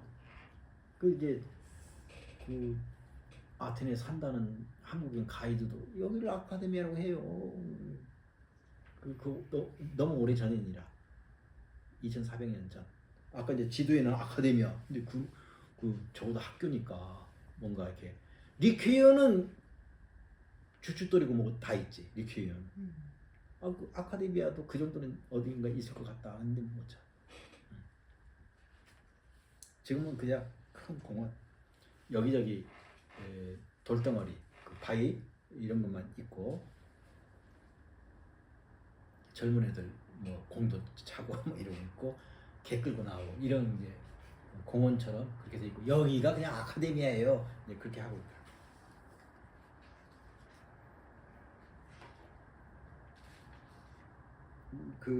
거기 소크라테스까지 했나? 네. 그렇지.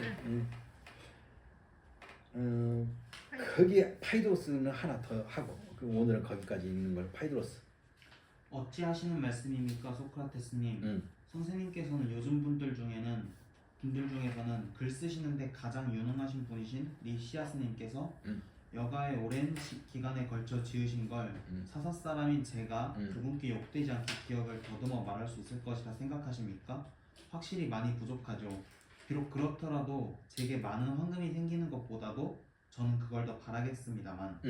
이제 처음 만나가지고 주거니 받거니 하면서 결국은 그 파이드로스가 품고 있는 그 책을 읽고 소크라테스가 이제 같이 듣고 나중에 반론을 제기하는 건데 다음 소크라테스 발언에 나오지만 책자 그게 각주 19에 보시면 비블리온 이게 이제 보통 명사예요. 비블리온 중성 토 비블리온.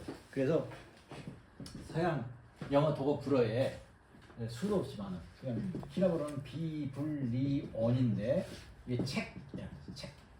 근데 나중에 이제 영어의 바이블 이렇게 쓰는 것은 사실은 히라보 비블리온에서 왔는데 책 가운데 책 그러니까 순전히 이 비블리온을 그대로 이렇게 했다 그 말은 그냥 책이야 책. 우리가 성서 그런 건데 독일어로는 발음이 더 비슷해. 비벨이야 비벨. 비블리온하고 독일어는 발음이 더 비슷해. 비벨 이게 성서야. 그러니까 이 비블리온이란 말에서 그대로 나왔으니까 책. 근데 무슨 책? 책 가운데 책. 그래서 영어 독어 불어에 비블리오로부터 시작하는 수많은 어휘들. 비블리오 그래 독일어로는 도서관을 가리키는 단어가 비블리오 텍이야. 텍은 건물이야. 디스코텍처럼. 비블리오 텍 그러면 비블리오를 모아놓은 텍이지. 이건 도서관이지. 비블리오로 시작되는 수많은 단어들은 다 히라보 비블리온에서 논문 쓰면 저 뒤에 문헌 목록을 쓰지. 비블리오그래피 등등 단어가 막 수도 없이 많아. 그 비블리오로 시작되는 수많은 단어의 출발점이 히라보로 보통 명사 비블리온. 그런데 그 비블리온 하나를 지금 요 리시아스 집에서 나온 애가 자랑삼아 이제 갖고 있어. 그래서 이제 그걸 읽는 거야. 주제는 에로스. 오늘은 여기까지 읽은 걸 하고 다음 시간에 이어서 하시죠. 12주에 걸쳐서 이걸 다 읽는다고 이렇게 우리 이번 학기가 계획돼 있는데 지난번에는 이제 지난주에는 인트로덕션. 오늘은 텍스트를 시작했는데 아주 조금밖에 못 나왔어. 그 내가 그 즐거워하는 이 모든 대화편의 맨 처음 시작 어떻게 만났고 어디에서 만났고 그 공간적 배경 그런 데 내가 관심이 많고 그래서 뒤에 지도 보면서 그냥 이게 활자로만 읽을 게 아니라 실제로 올라가도 방문할 수도 있어요. 네? 그런 데를 배경으로 해서 이런 대화가 이루어지는 그렇게 했으면 싶어가지고 텍스트는 조금밖에 못. 오늘 여기까지 읽은 걸로 하시고 다음 시간에 이제 바로 리시아스의 책자라고 하는 것의 내용이 무엇인지를 파이드로스가 읽게 되고 그 내용에 대한 소크라테스의 반론 다음 시간에 계속 보십시오. 예. 감사합니다. 감사합니다.